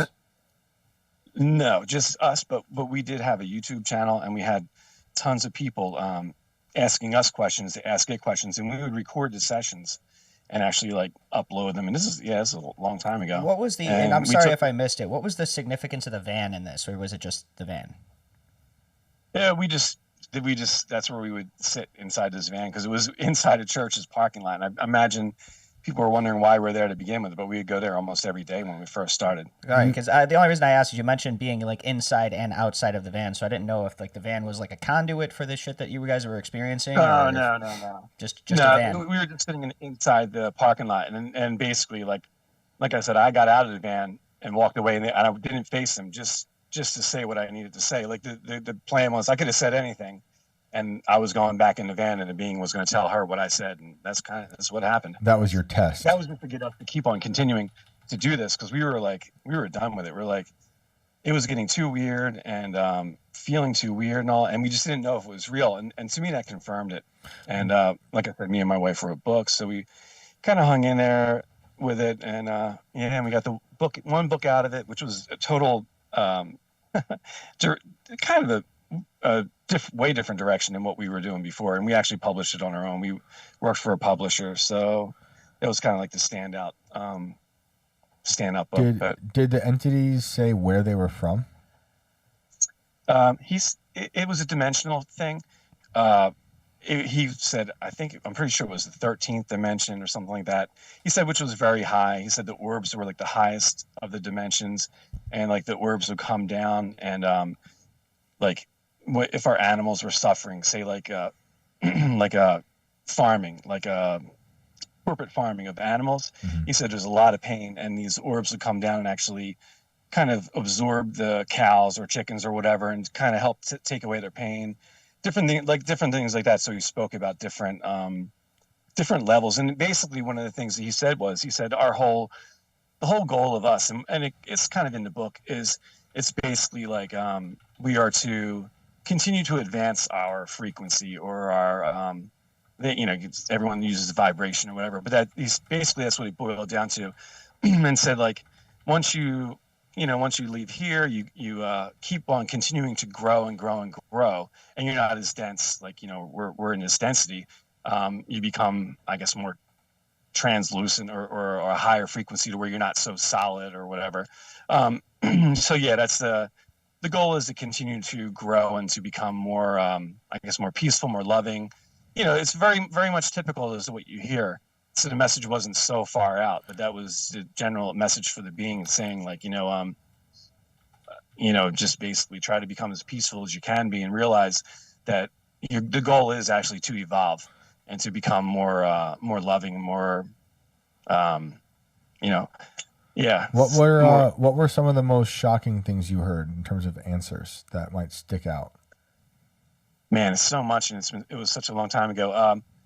One of the things that's kind of interesting, I think there was a language barrier as well, like or a communication barrier. And the being said he wasn't omniscient, he wasn't like a god, he didn't know everything. So the one question that's a stand up for me, and I'm not sure why, and it kind of fits into tonight with your show. I asked early on, are chemtrails real? Because I've seen chemtrails all my life, and the being said, no, chemtrails aren't real. And I think maybe that was either miscommunication or maybe just didn't know, because there was that happening as well. So to me, that was a little standout thing that was like, oh, that's weird. Oh, so I gave you something crazy, right. Which again, it's nothing. It's not going to reveal anything. And right. People have said this, but the being said that our government is run by malevolent, like a bad alien race. And they're not really allowed to do it, but they do it. They made a deal with our government, and they're pretty much the ones that are running the show, which now makes more sense than ever. That feels accurate. I'll let the chemtrails comment slide, and I'll accept that one. Yeah, I mean, it made it more like, and the vibe of the being was more like a friend kind of thing. And like he even said, I don't know everything, and I'll try to find out stuff for you guys. And he went and would ask other, I guess, beings that he knew, and he would ask his girlfriend, and his girlfriend came and talked one time, and that's what he would also talk about. He would say that they're a unit, and that's what humans don't really think on these terms. We're the family unit, and again, now I'm saying it's very, very timely as well, because we're being torn apart. But the family units, in their opinion, was like the most important thing ever, because you travel with your family members, with the core family. Throughout time, like you continue on as that, like you keep going, so that was one of the messages as well. I know it didn't sound like you wanted to say anything about it, but if you are comfortable sharing some of what you meant about the bad things that happened with the other ones. Man, that's a tough one. We were told certain things that would happen in our life, and it did. And that shook. That I actually had. I actually DM'd you on X a long time ago, because I think you said you had a little bit of anxiety, and I was recommending meditation, and said if you needed anything, I would help you out or whatever. And you said you were very grateful, and every time I communicate with you on X or whatever, you're always a super cool dude. So it was like, but I had 2 or 3. Probably a good 2 years of straight anxiety with rolling panic attacks, and and like just day and night, like just I felt like I was in hell, and I figured there's no way out of this from this whole thing. I mean, it was probably from other things as well, but this as well. So I know I went off topic. I forget what I was going to. No, as a guy who's dealt with panic attacks and stuff frequently too, it sucks. It's absolutely horrible. I remember you reaching out. I remember what episode I said it on. That was a while ago. Yeah, I've been wanting to talk to you, and my time when you meditate, time is just weird. Yeah, so, time also just overall has been weird post-COVID. Like lockdowns killed time. Time is very strange now. But yeah, no, we were talking about the bad things. You said some things did come to fruition that you were told. You don't have to get into specifics if that's too weird. Yeah. So certain things we were told that did come true. and there were apparently beings at this place that were not liking us, and there was like a like, I don't know if you want to call it a feud or whatever, but yeah, I don't want to get too much into that because that was really bad. But yeah, it's weird. It's very strange how spirit works, and like you hear these things about angels and demons and all that, and I still don't know how I feel about it, but I almost feel like it was a part of my life for a while, so I almost can't deny that that's a real thing. Mm-hmm. But yeah, what happened with the lady who was dying? I told her that I would leave her out of it and all, and I don't want to really get too much into her either, other than that was the reason as to why she was. You know what? I will say, because it's not really hurting anything, but she's actually okay still. Okay, that's all I really wanted to know, is if she passed or if she's here. Yeah, surprisingly, because and all right, well, you know what? You opened a can of worms, and now she really doesn't see any of that stuff really anymore. And something interesting too. It's funny how all this stuff is like, it's opening up stuff I've kind of forgotten about, or it's hard to put in the sequence because so much has happened. Yeah. But the church that it was actually at ended up closing, and it was either pretty much right on time. The being told us that he's out. Jesus, this opened up a big one. All right, so the being told us he's out of there. He won't be able to come back because they're closing this portal. And shortly after that, the church actually closed. And we asked him, was there a relationship between you and the church? And he said, absolutely not. The people here are wonderful. He loved the people. He said they were really good-hearted. And I could tell you, maybe on the side or whatever, what church it was and all that. But they said the people were beautiful. He loved them. But it had nothing to do with them. And it was just a portal. And whether that's true or not, or whether he didn't know how it worked or whatever, I don't know. But he said it closed, and he didn't come back because we went and saw, and the portal was gone. She was still seeing things at that point. And the portal was gone, he was gone. But he said the reason why the portal was closing is because the main portal is opening back up. That was in Antarctica. He also said that our sun was having a hard time because so much travel. That's another thing. They portal through our sun to the Earth. And he said because there were so many things portaling. And you can probably remember back in probably around that same time, around 2009, 2012, maybe maybe a little after that, people were showing pictures of the sun where these like ships and stuff were in the sun, and people were catching all kinds of wild stuff in the sun. He said that's all destabilizing the sun there for a little while because there's so much traffic coming into the Antarctica. So that was another one. All right. Yeah, it's crazy. Well, that makes me want to get in touch with Sergeant Peyton about Antarctica. But that is quite the story, man. I really appreciate you calling in and sharing it. And thanks again for those messages maybe a few years ago. Yeah, it was a while ago. Yeah, that's awesome. I appreciate it, man. Have a good night. No problem. You too. Yep. Bye. Take care. Wow. The image of a portal above a church in a parking lot. That felt like an episode of Fringe. That was a good sci-fi show if no one's watched it. It felt like something they did would used to have investigate. portals and shit in that show, didn't they? That was a great show. Yeah, it had everything. My take is that I think it was better than X-Files. I love X-Files, but I really liked Fringe. Not all the seasons, not that great, but that was a great caller. My favorite Simpsons take on the X-Files was when they had Mulder and Scully on an episode, and he showed up and flashed his badge, and it was him just laying there in his underwear with like the badge underneath it. It's like Mulder and Scully, FBI. Great show. That was it David Duchovny? Was it? Yep. I thought that was great. Also a hand model from Zoolander.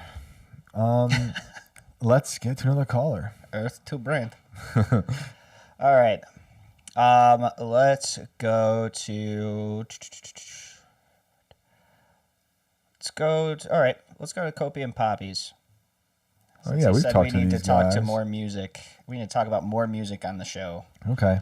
Well, that last caller did remind me of the band Ought, O-U-G-H-T, and their awesome song, Beautiful Blue Sky. You should listen to it. Kopi and Poppies. You're on the show.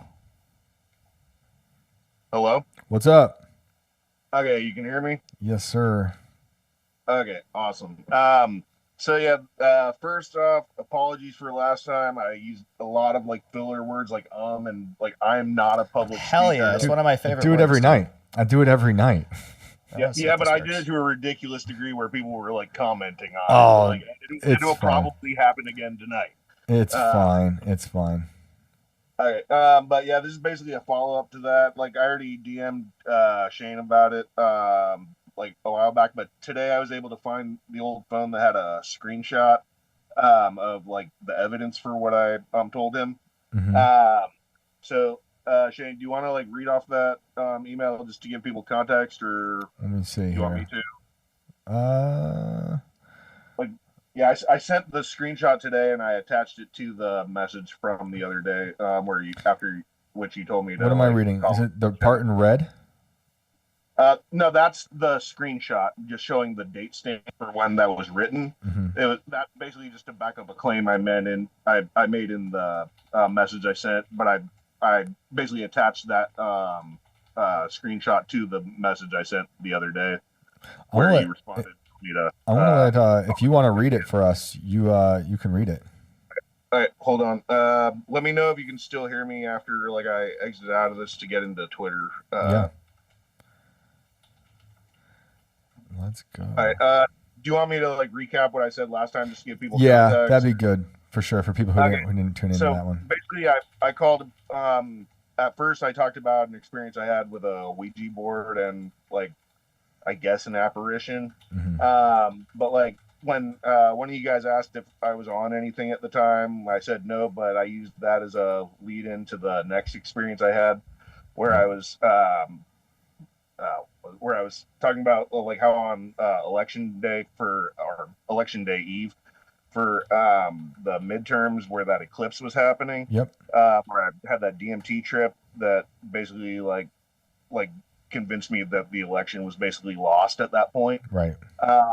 But like it was like I was basically trying to lead into a conversation about synchronicity and premonitions and stuff, but it seemed like you guys were in a hurry to get to other callers, so I didn't want to like take too long, so I cut it short. But basically, like the next day on the show, like Shane brought up how he went to this exhibit where they had like preserved bodies and stuff, like, and he didn't know where like they came from. Yeah. So and he was saying it could have just been homeless people, and I was pointing out how that very much could be the case. But I'll just read the email like itself, because like I'm more easily understood like in writing. So what I wrote was, "Hey, I'm listening to yesterday's episode of Inverted World, and you said you saw some bodies exhibit, and the bodies could have been homeless people for all you know. That isn't actually that far off. In fact, I bet you are right. There's a science lab at my job. I work at a community college, and that was my work area for a couple years. And while I didn't have access to the cadaver lab, the area directly outside was part of my work area, and the beginning of my shift is when there are still classes going on. Well, until I worked here, I had never seen a dead human body before. Well, I've seen two since working here, because they had a nasty habit of leaving the cadaver lab door open during classes. One of them definitely looked like an old homeless dude, i.e. Bald dude with a horseshoe hairstyle where the remaining hair on the sides was long. I've never seen a non-homeless guy with that hairstyle before. Very skinny with prison tattoos. He may not have been homeless, but he definitely had the homeless guy look to him. I don't even want to describe the second body I saw, because it was preserved and partially dissected and looked like something out of a horror movie, and barely recognizable as human. I still can't get that shit out of my head, and it's been years. But yeah, this actually ties tangentially into the second story I told on Inverted World on Monday. It sounded like you guys were in a bit of a hurry to get to other callers, so I didn't want to take up more of your time. But the reason I brought that second story up about the DMT trip after seeing the owl during the eclipse on election day night, before the results were in, was because of the topic of synchronicity and premonitions. By the way, you called what I described a bad trip. Just got to say, there's no such thing as a bad trip, only less comfortable trips. I actually value those ones more than the more positive ones. Anyway, when I saw my first dead body, i.e. the guy who was presumably homeless, just a few hours after I got off my shift at work, I got up to a knock on my door. It was the cops. They were there to tell me my dad was dead. Ever since then, despite being skeptical of the paranormal, I tend to be more conscious of synchronicity / premonitions, hence the second story I told, because that was too on the nose for it to be a mere coincidence. Seeing my first dead body and not even 12 hours later being informed of my dad's death, yeah, that shit doesn't tend to just happen. Wow. Also, another instance, I was hesitant to bring up on the show because I feel like people wouldn't believe it because it comes off self-promotional since it involves one of our songs. So I didn't want to waste your guys' time, but there's a track on our EP. The EP I mentioned at the end of the call, Sybil the Soothsayer. The song's called Variant Omega. The Omega part's an Omega symbol, where I wrote the lyrics in November 2019. I have the phone laying around somewhere. I wrote the lyrics, but not sure if it still works or not. But if it does, the Notepad app has a timestamp of when the note was written, and I could get a screenshot of it. That is, if that is the case. And I sent you that screenshot today. So yeah, there's a loose dystopian end of the world theme on the EP, as well as the full album we were working on, that it's a companion piece to. But some of the lyrics were so spot on with the shit that went down just a few months later and beyond that I felt compelled to put the lyrics to music. The title came later, of course. And actually, that's another synchronicity thing, because around that same time, like, you remember when Tim was talking about like the Omega variant being the end of the world during COVID? Mm-hmm. Yeah. He brought it up a few times on the show. I remember. Yep.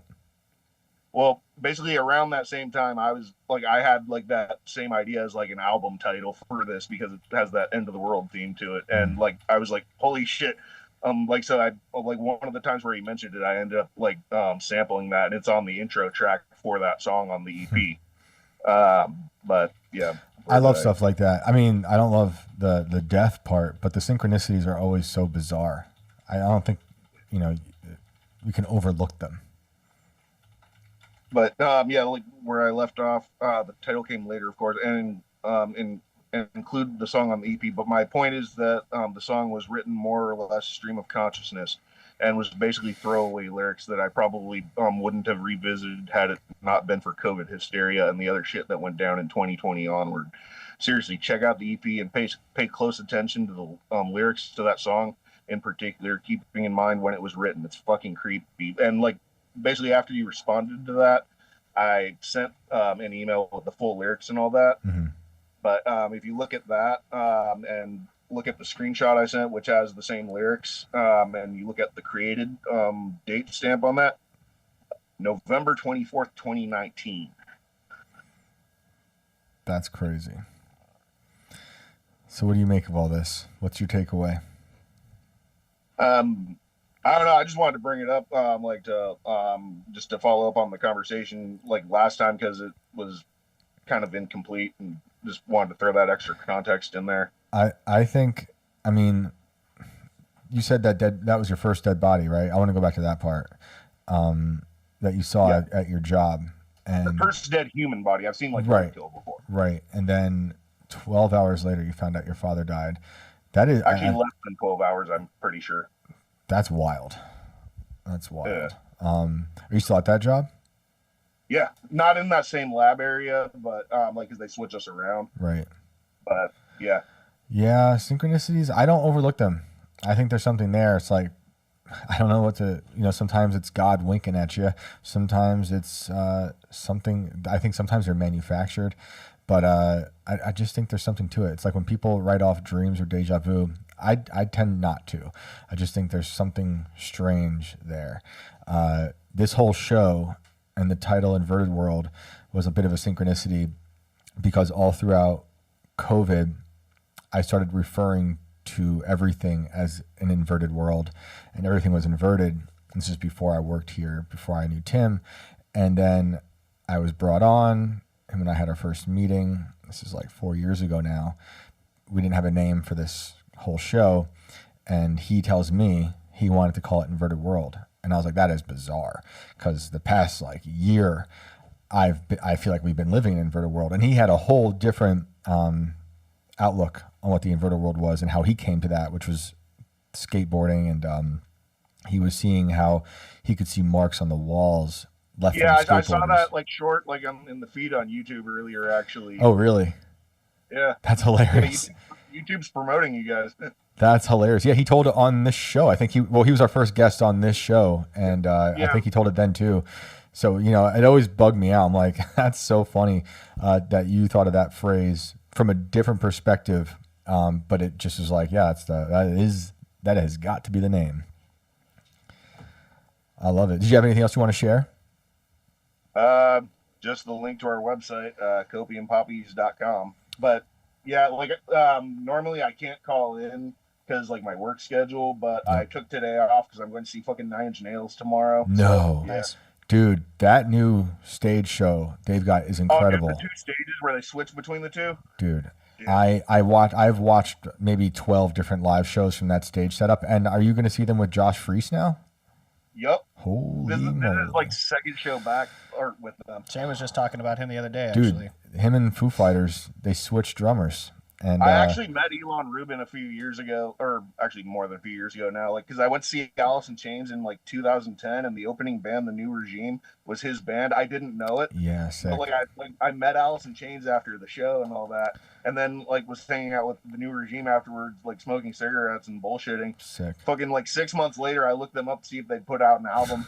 And like it turns out, like that's how I found out dude was in 9 Inch Nails. I didn't even know he was in fucking 9 Inch Nails until like months later. He is the youngest person inducted into the Rock and Roll Hall of Fame because of 9 Inch Nails. Yeah, because he's been in a bunch of bands, hasn't he? Yeah. He's done it. He's such a good drummer. Yeah, I don't he's know done a lot what of happened that they had to switch drummers. But Josh Josh Freese. Freese wanted to be in the band or something. Well, Foo Fighters kicked out Josh randomly. I know we're getting to crazy territory now, but like they kicked out Josh Freese. No one knew why. Josh seemed to be a little bitter about it.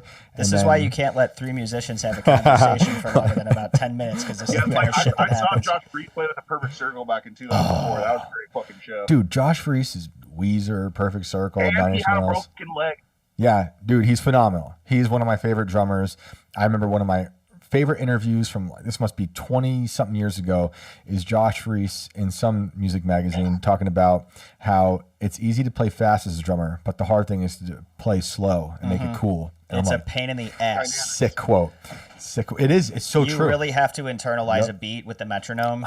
And if you're not playing on a metronome, I highly recommend you do that, because you will not become a good drummer if you are not learning time. Yeah, totally Best agree. advice I can give you. Well, have a great time at the show, man. It looks like it's going to be awesome. Definitely. Thanks for calling in. Yep. May the force be with you. You too. Poppies.com. Sick. Copiumpoppies.com. You heard it here. Go check out the songs.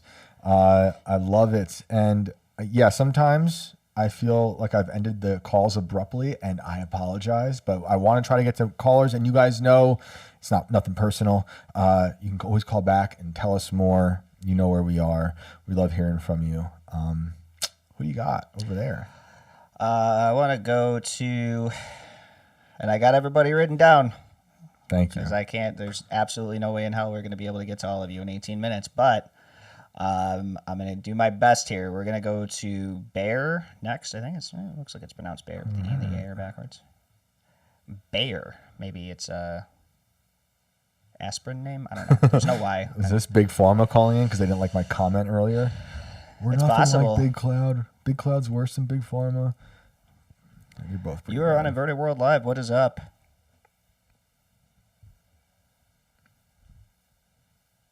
Hello. Psst. Are you there? Someone's in your house. NFG did that to me when I was like 15 years old, and that album ended, and I fell asleep listening to it, and all of a sudden it's like, someone's in your house. And I'm like, what the fuck? Renee said love and hate NIN. Yeah, I have a love and hate relationship too, because Trent can be a jerk. You know, it is what it is. I don't, look, I can still listen to the Foo Fighters even though he killed Taylor Hawkins and Kurt Cobain. That's just my theory. Hear that deep breath over there across the room? We actually might have someone calling in about Kurt Cobain at some point. That's interesting. Interesting. Actually. Very interesting Definitely story let there. me know about that. Yeah, they will be on the show at some point. Bayer, are you there? Robert says, I still hope Shane starts the spin-off show Tales from the Converted World. I like that. I do still like that. All right. Due to time constraints Yep. and no response, you will be returned to the reading room to ponder your next move. Let's go to. There's another weird. What is this? What is this name? Pickpool? Pickpoolie? Pickpoolet? Chick-fil-A? Hang on. We'll find out. No response. Oh no. Oh no. Oh no, Oh guys. no. We've opened up a portal Can to you turn the your past. volume down? Go to Wait for it. there's another weird. What is this? What is this name? Pickpole? Pickpole? sir Pickpole? or lady. Hey, hi. Hey. Hi. Can you hear me? Yes. Oh, great. God. What's up? I have a story about an infinity mirror.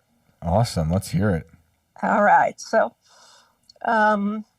when I was little, it happened like when I was 5 or 6. I'm sorry, I'm nervous. Oh, don't be nervous. It's all good. Yeah. We lived in it was a brand new house. And one of the bathrooms had a full mirror over the sink counter and a mirror on the medicine cabinet on the adjacent wall. So if you pulled the medicine cabinet open, you would get that infinity mirror. Yep. You would get the infinity mirror image. Right. And so one evening at dinner, I felt a calling to go down into that bathroom. Something was calling me. And I climbed up on the counter, opened the mirror. I was looking at the infinity mirror images. And out of the corner of my eye, I caught a movement at the bathroom doorway. I looked over, and it was this creature, looked like a tree trunk, standing at the doorway. And it had like 2 branches of a tree, like kind of swirling around, and had really big black watery eyes. And it entered the bathroom. It wasn't really looking at me. The eyes were kind of looking all around. And I scooted across the counter, and it reached over to me and pulled me off the counter. And I ran upstairs back to the dinner table. I said, a tree trunk pulled me down. A tree trunk pulled me down. And my siblings, older siblings, their faces were white. And I was crying. I ran over to my dad. He was hugging me. And yeah, so that's the story. I have no idea what that was. I just don't know what it was. Did you heard it calling your name? I felt an urge to go down to that bathroom. It was, not a physical urge, just an urge to go down. Right. And this is while you're at the dinner table, you had this urge to now go down to the bathroom where the mirror was, like the vanity mirror with the infinity type. When you open it up, you have one in front of you, one on the other side. Yes. And you did that, and this thing, you feel like it left that infinity mirror? No, it just appeared at the door, at the bathroom door. Okay. And so I don't know if it was like I opened a portal and something from another world came in. I really don't know. I mean, when you say it pulled you down, did you actually feel something? Yes, it grabbed me with the swirling branches, came into the bathroom, grabbed me and pulled me down, and then it disappeared. I know you said you were 5 or 6, right? Yeah. So I know it's a bit ago, but do you remember, did you do anything when it grabbed you? Did you scream? I scooted across the counter, and the bathroom counter, and it cornered me. and that's when it pulled me down. And then, I mean, no, I wasn't, it just happened so fast, you know. So I ran up to I just ran out of the bathroom, got off the floor and ran up to the bathroom and said a tree trunk pulled me down, because it looked like a deeply furrowed, kind of brown, all I can say is like a tree trunk with swirling branches And watery eyes. and big black watery eyes that were just kind of looking around. It didn't really look at me. Anything like this ever happen again? No, but that house was it was brand new. It was very scary. What was scary about it?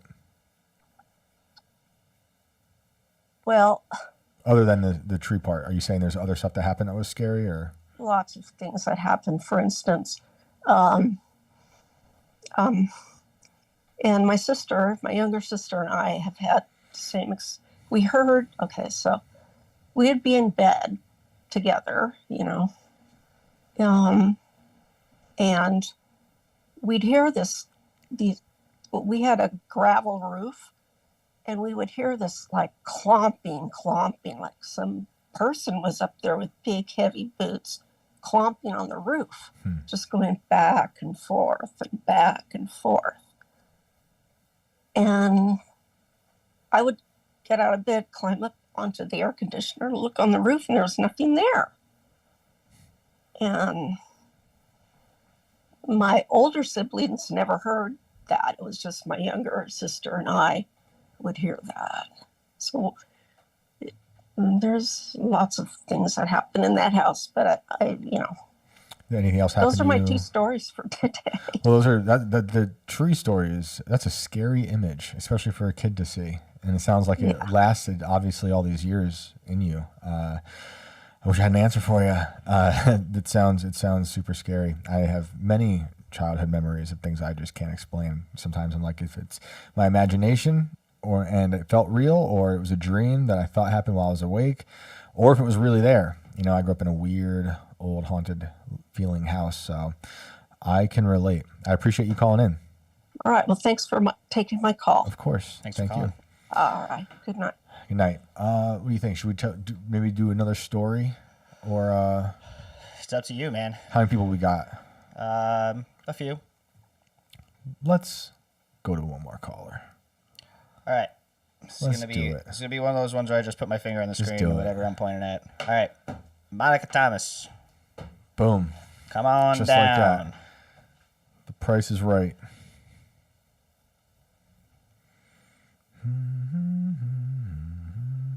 Monica, welcome back to the show. Can you unmute and say what's up?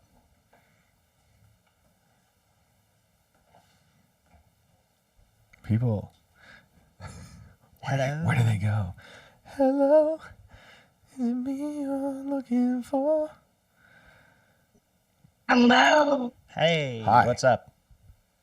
Well, how are y'all doing? We're good. How are you? I'm doing good. Doing good. Tell us what's going on. Well, earlier people were talking about chemtrails and how like they didn't really think it was real, and I think a couple of people said like, I don't know about this chemtrail stuff. Yep. And I think y'all showed videos where like certain contaminants are put into the atmosphere and it's causing acid rain or whatever. Yep. But I live in the middle of the country, like nowhere near any of like those power plants or whatever that are supposedly putting all this negative stuff into the atmosphere. But then they said in the video, like it can be like 100 kilometers away from the power plant that's causing, you know, acid rain. And it's just been the weirdest August I've ever remembered in my life in South Carolina.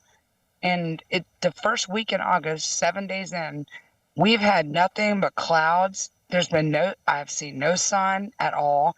And it's rainy. It's like 75 to 80 degrees. Like, this is super unusual for August in South Carolina. It's supposed to be like 100 degrees, hot. You know, we might have thunderstorms, of course, every day, but we don't have this weird, it's like fall weather. for us. Yeah, And I have family in South Carolina, and I talked to them today, and they just told me the same thing you said. really, Yeah, yeah, they're well, very what weirded the out. hell? How can we explain this weird weather? Are we just? Is it really like a shift in the poles that's causing the weather to change so drastically? Well, that's one theory. I don't know. We had a really weird July and August here in West Virginia. You know, everyone seems to be having weird weather. Some things just happen weird, you know, but I don't know. It's been odd. It feels odd. I feel It like I know really I was supposed to is. It's say like that on the show, but it really, truly, I mean that. It It feels like rained it's here been for like weird. 2 straight months Yeah. at the beginning of the season, and now Didn't it's stop. just It fall. exactly. It was like It's fall the been other day. raining here for like I don't a know. week and a half. Like and it's not just like a thunderstorm. It's like just constant rain. When it starts raining, it just Yep. rains and rains. yeah, and it was And torrential yeah. downpour too. Like every time, it wasn't just like, oh, it's raining. It was just like, holy shit, it's raining. Yeah, Like violent. letting down the fucking hatches. Yeah, violent rain. There was that giant hailstorm that happened recently. I sent it to you like on Monday. Yeah, no, I've still got it. Actually, Yeah, we should pull that up because like and look, this does happen, but you think of all these things happening together. It seems like there's a pattern of bizarre weather. Look at this, you guys watching. Huge hail. A powerful storm tore through Cheyenne and surrounding areas Friday afternoon, resulting in baseball-sized hail and funnel clouds. Baseball. Yeah, they're hell. huge. These are literally like that one is literally almost like a little league baseball right there. He's holding. Yeah, I mean, imagine those things falling out of the sky. They're bigger than golf balls, Yeah. slightly smaller than baseball. Maybe that's just the crack rocks from the Tijuana River. The dark side of the moon. Yeah, we solved it. There was a video. If you guys go on YouTube, there's a drone that delivers drugs in Israel, of all places. Literally bags of weed and coke, and no one knows who really. It's like a mysterious drone that just drops bags, and people go and pick We it call up. that a delivery service. Shane. Yeah, is that what that is? That's We how it have is? that here. But it seems random. Like they're just coming In out of the Miami, sky. there's little robots driving No. around on the streets delivering pizzas. Shut up. I'm dead serious. I recorded one. I got to see if I can find the Oh, video. I got to see if I can find the video, goodness. but it's just a little cart and it recognizes people walking around it. It knows when it's crossing streets. It's just a little buggy that doesn't says get like robbed? pizza delivery on it with a little siren on it. No, I don't think there's. Well, I don't know. I haven't looked that far into it, but I don't know what's wrong. there are robots delivering food in Miami. Oh, yeah, that happens in Wisconsin. I have a friend who lives in Wisconsin. He lives near Madison, and there's like robots that deliver food all the time, and they know how to maneuver around people on the sidewalks and everything else, and they just have their whatever you're asking them to deliver in their little bucket. Can they on can they them. dodge my bullets? Probably not, I don't know, maybe. but they can Taking our probably jobs. survive several of them. I wouldn't Yeah. be surprised if you shoot it and it just keeps going on about its business. Like, it's fine. I don't look. The weather's been weird though, and it's so funny you mentioned that in South Carolina. I just had that conversation. We've been having it here for months. They just recorded one of the biggest like bands of lightning. I forget the word for it. Recently, it was like a huge like band of like I multiple remember when lightning. that came through. Yeah, that was a few days back. Yep. I mean, we've had tsunamis. There's been 2 earthquakes in New York City since. You know for that the last lightning week. storm actually caught like 4 or 5 houses on fire in the city down the road from my house, like 30 Really? minutes away. It just like it was striking people's houses, and like Goodness, and people's houses were on fire, and the fire department was getting called, and it was like that's this is crazy. not normal for just a thunderstorm in the south. Like Yep. it was weird. And now it's just like constant, like every day, clouds, no sun. We don't see any sun.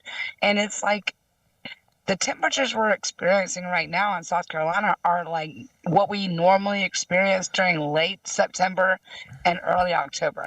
It's like summer just went away. It's like no more summer. But don't go getting your sweater on just yet, because when this kind of shit happens, it's usually only a matter of a week or two before it comes back and it's blaring hot again for like another 2 weeks. Yep. So I'm predicting that that's going to happen. Yep. It sounds like they might be blocking the sun in South Carolina too. Yeah, all these weird clouds we see all the time. Like these clouds are not normal.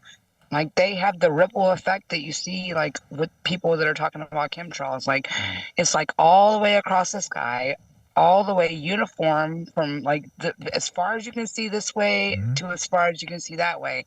And you're just like, this is not normal. Because whenever I grew up in the 80s, late 80s and 90s, I saw normal clouds. And these clouds are not normal. They're just like all the way across the sky. There's no sun. You can't see any sun. Yep. Storms don't just come and go. They stay. They linger. Yep. And so it is weird. The weather is very weird. And it's like having fall and summer. It's not just us noticing it. There are people in politics right now on a local level and on a state level trying to pass laws against cloud seeding. And now that could take many forms. You know, that is geoengineering. Don't let someone like Augustus Dorico lie when he does all these interviews and say, I'm not geoengineering. It's literally what you're doing. Exactly. How does he know how it's affecting the atmosphere after it's done? They don't. Like, after you did it, you don't know how it affects the atmosphere for years later. Yep. They don't. And like, you think of all the stuff that they're putting out there that's mixing with all these other things we're talking about. It's wild. So, but there's Marjorie Taylor Greene's got some bill she's trying to get on the floor about banning cloud seeding, and you know, Nicole Shanahan's been talking about, not that she's in office or anything, but she's talking about it. And then I do have someone in local politics. I don't remember what state it is, but she is actually I think she's a state senator, and she's I think they're about to pass a law against it. So, and she might be on the show soon. What was that? Tennessee is really big on like trying to stop this stuff. Florida, there are places doing it. I wish they'd do it in West Virginia, but Well, thank you, Shane, for being on top of this and trying to get people to pay attention to it, because it's very important.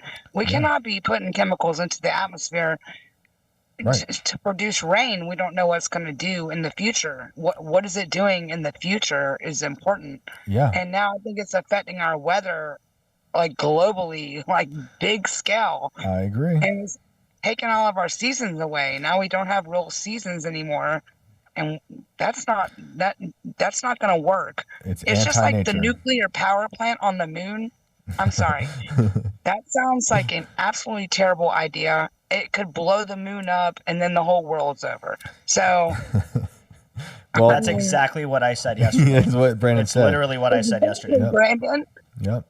I don't know how they're going to build something on something that's fake, but we'll see. We'll see. Thank you all for taking my call. I love your show so much. I really do. Thank you very much. We appreciate it. Have a great night. Thank you. Good night. Yeah, that's the thing is, like, just because they do it in one area, these like cloud seeding or whatever, it's the East Palestine train wreck explosion, Fukushima, whatever, it doesn't just stay there. It travels. Like, these things travel around, and it's going to affect. Yeah, we have this shit called wind.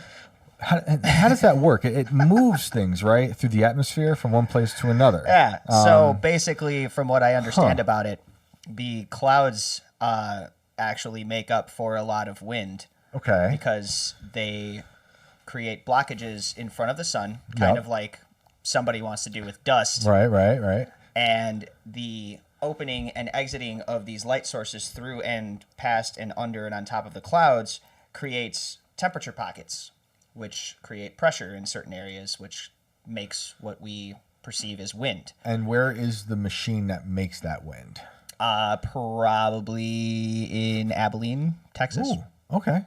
If you're in Abilene, if I had Texas, to guess. Yeah, call in next week. We'd like to hear from you if you've seen this wind machine.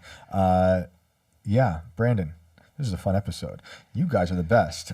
Thank you guys for calling in. Brandon, where can they find you? You guys can find me, as always, at Brando Inverted on X and on Insta. Thanks for hanging out. Again, to all my children of the night that I did not get to tonight, please call back next week. I've got your names written down. I will get you on the show with priority. And do not forget, over the course of this crazy-ass weekend, to stay weird. Love you all. Shane, get us out of here. Follow Brandon on Twitter. Brando Inverted. He is ranting about the moon, colonizing it, how it could be racist. He doesn't think that, but he doesn't like the people saying that. So check him out. Thanks again to everybody who's tuning in all week and sharing and liking and subscribing. We love you.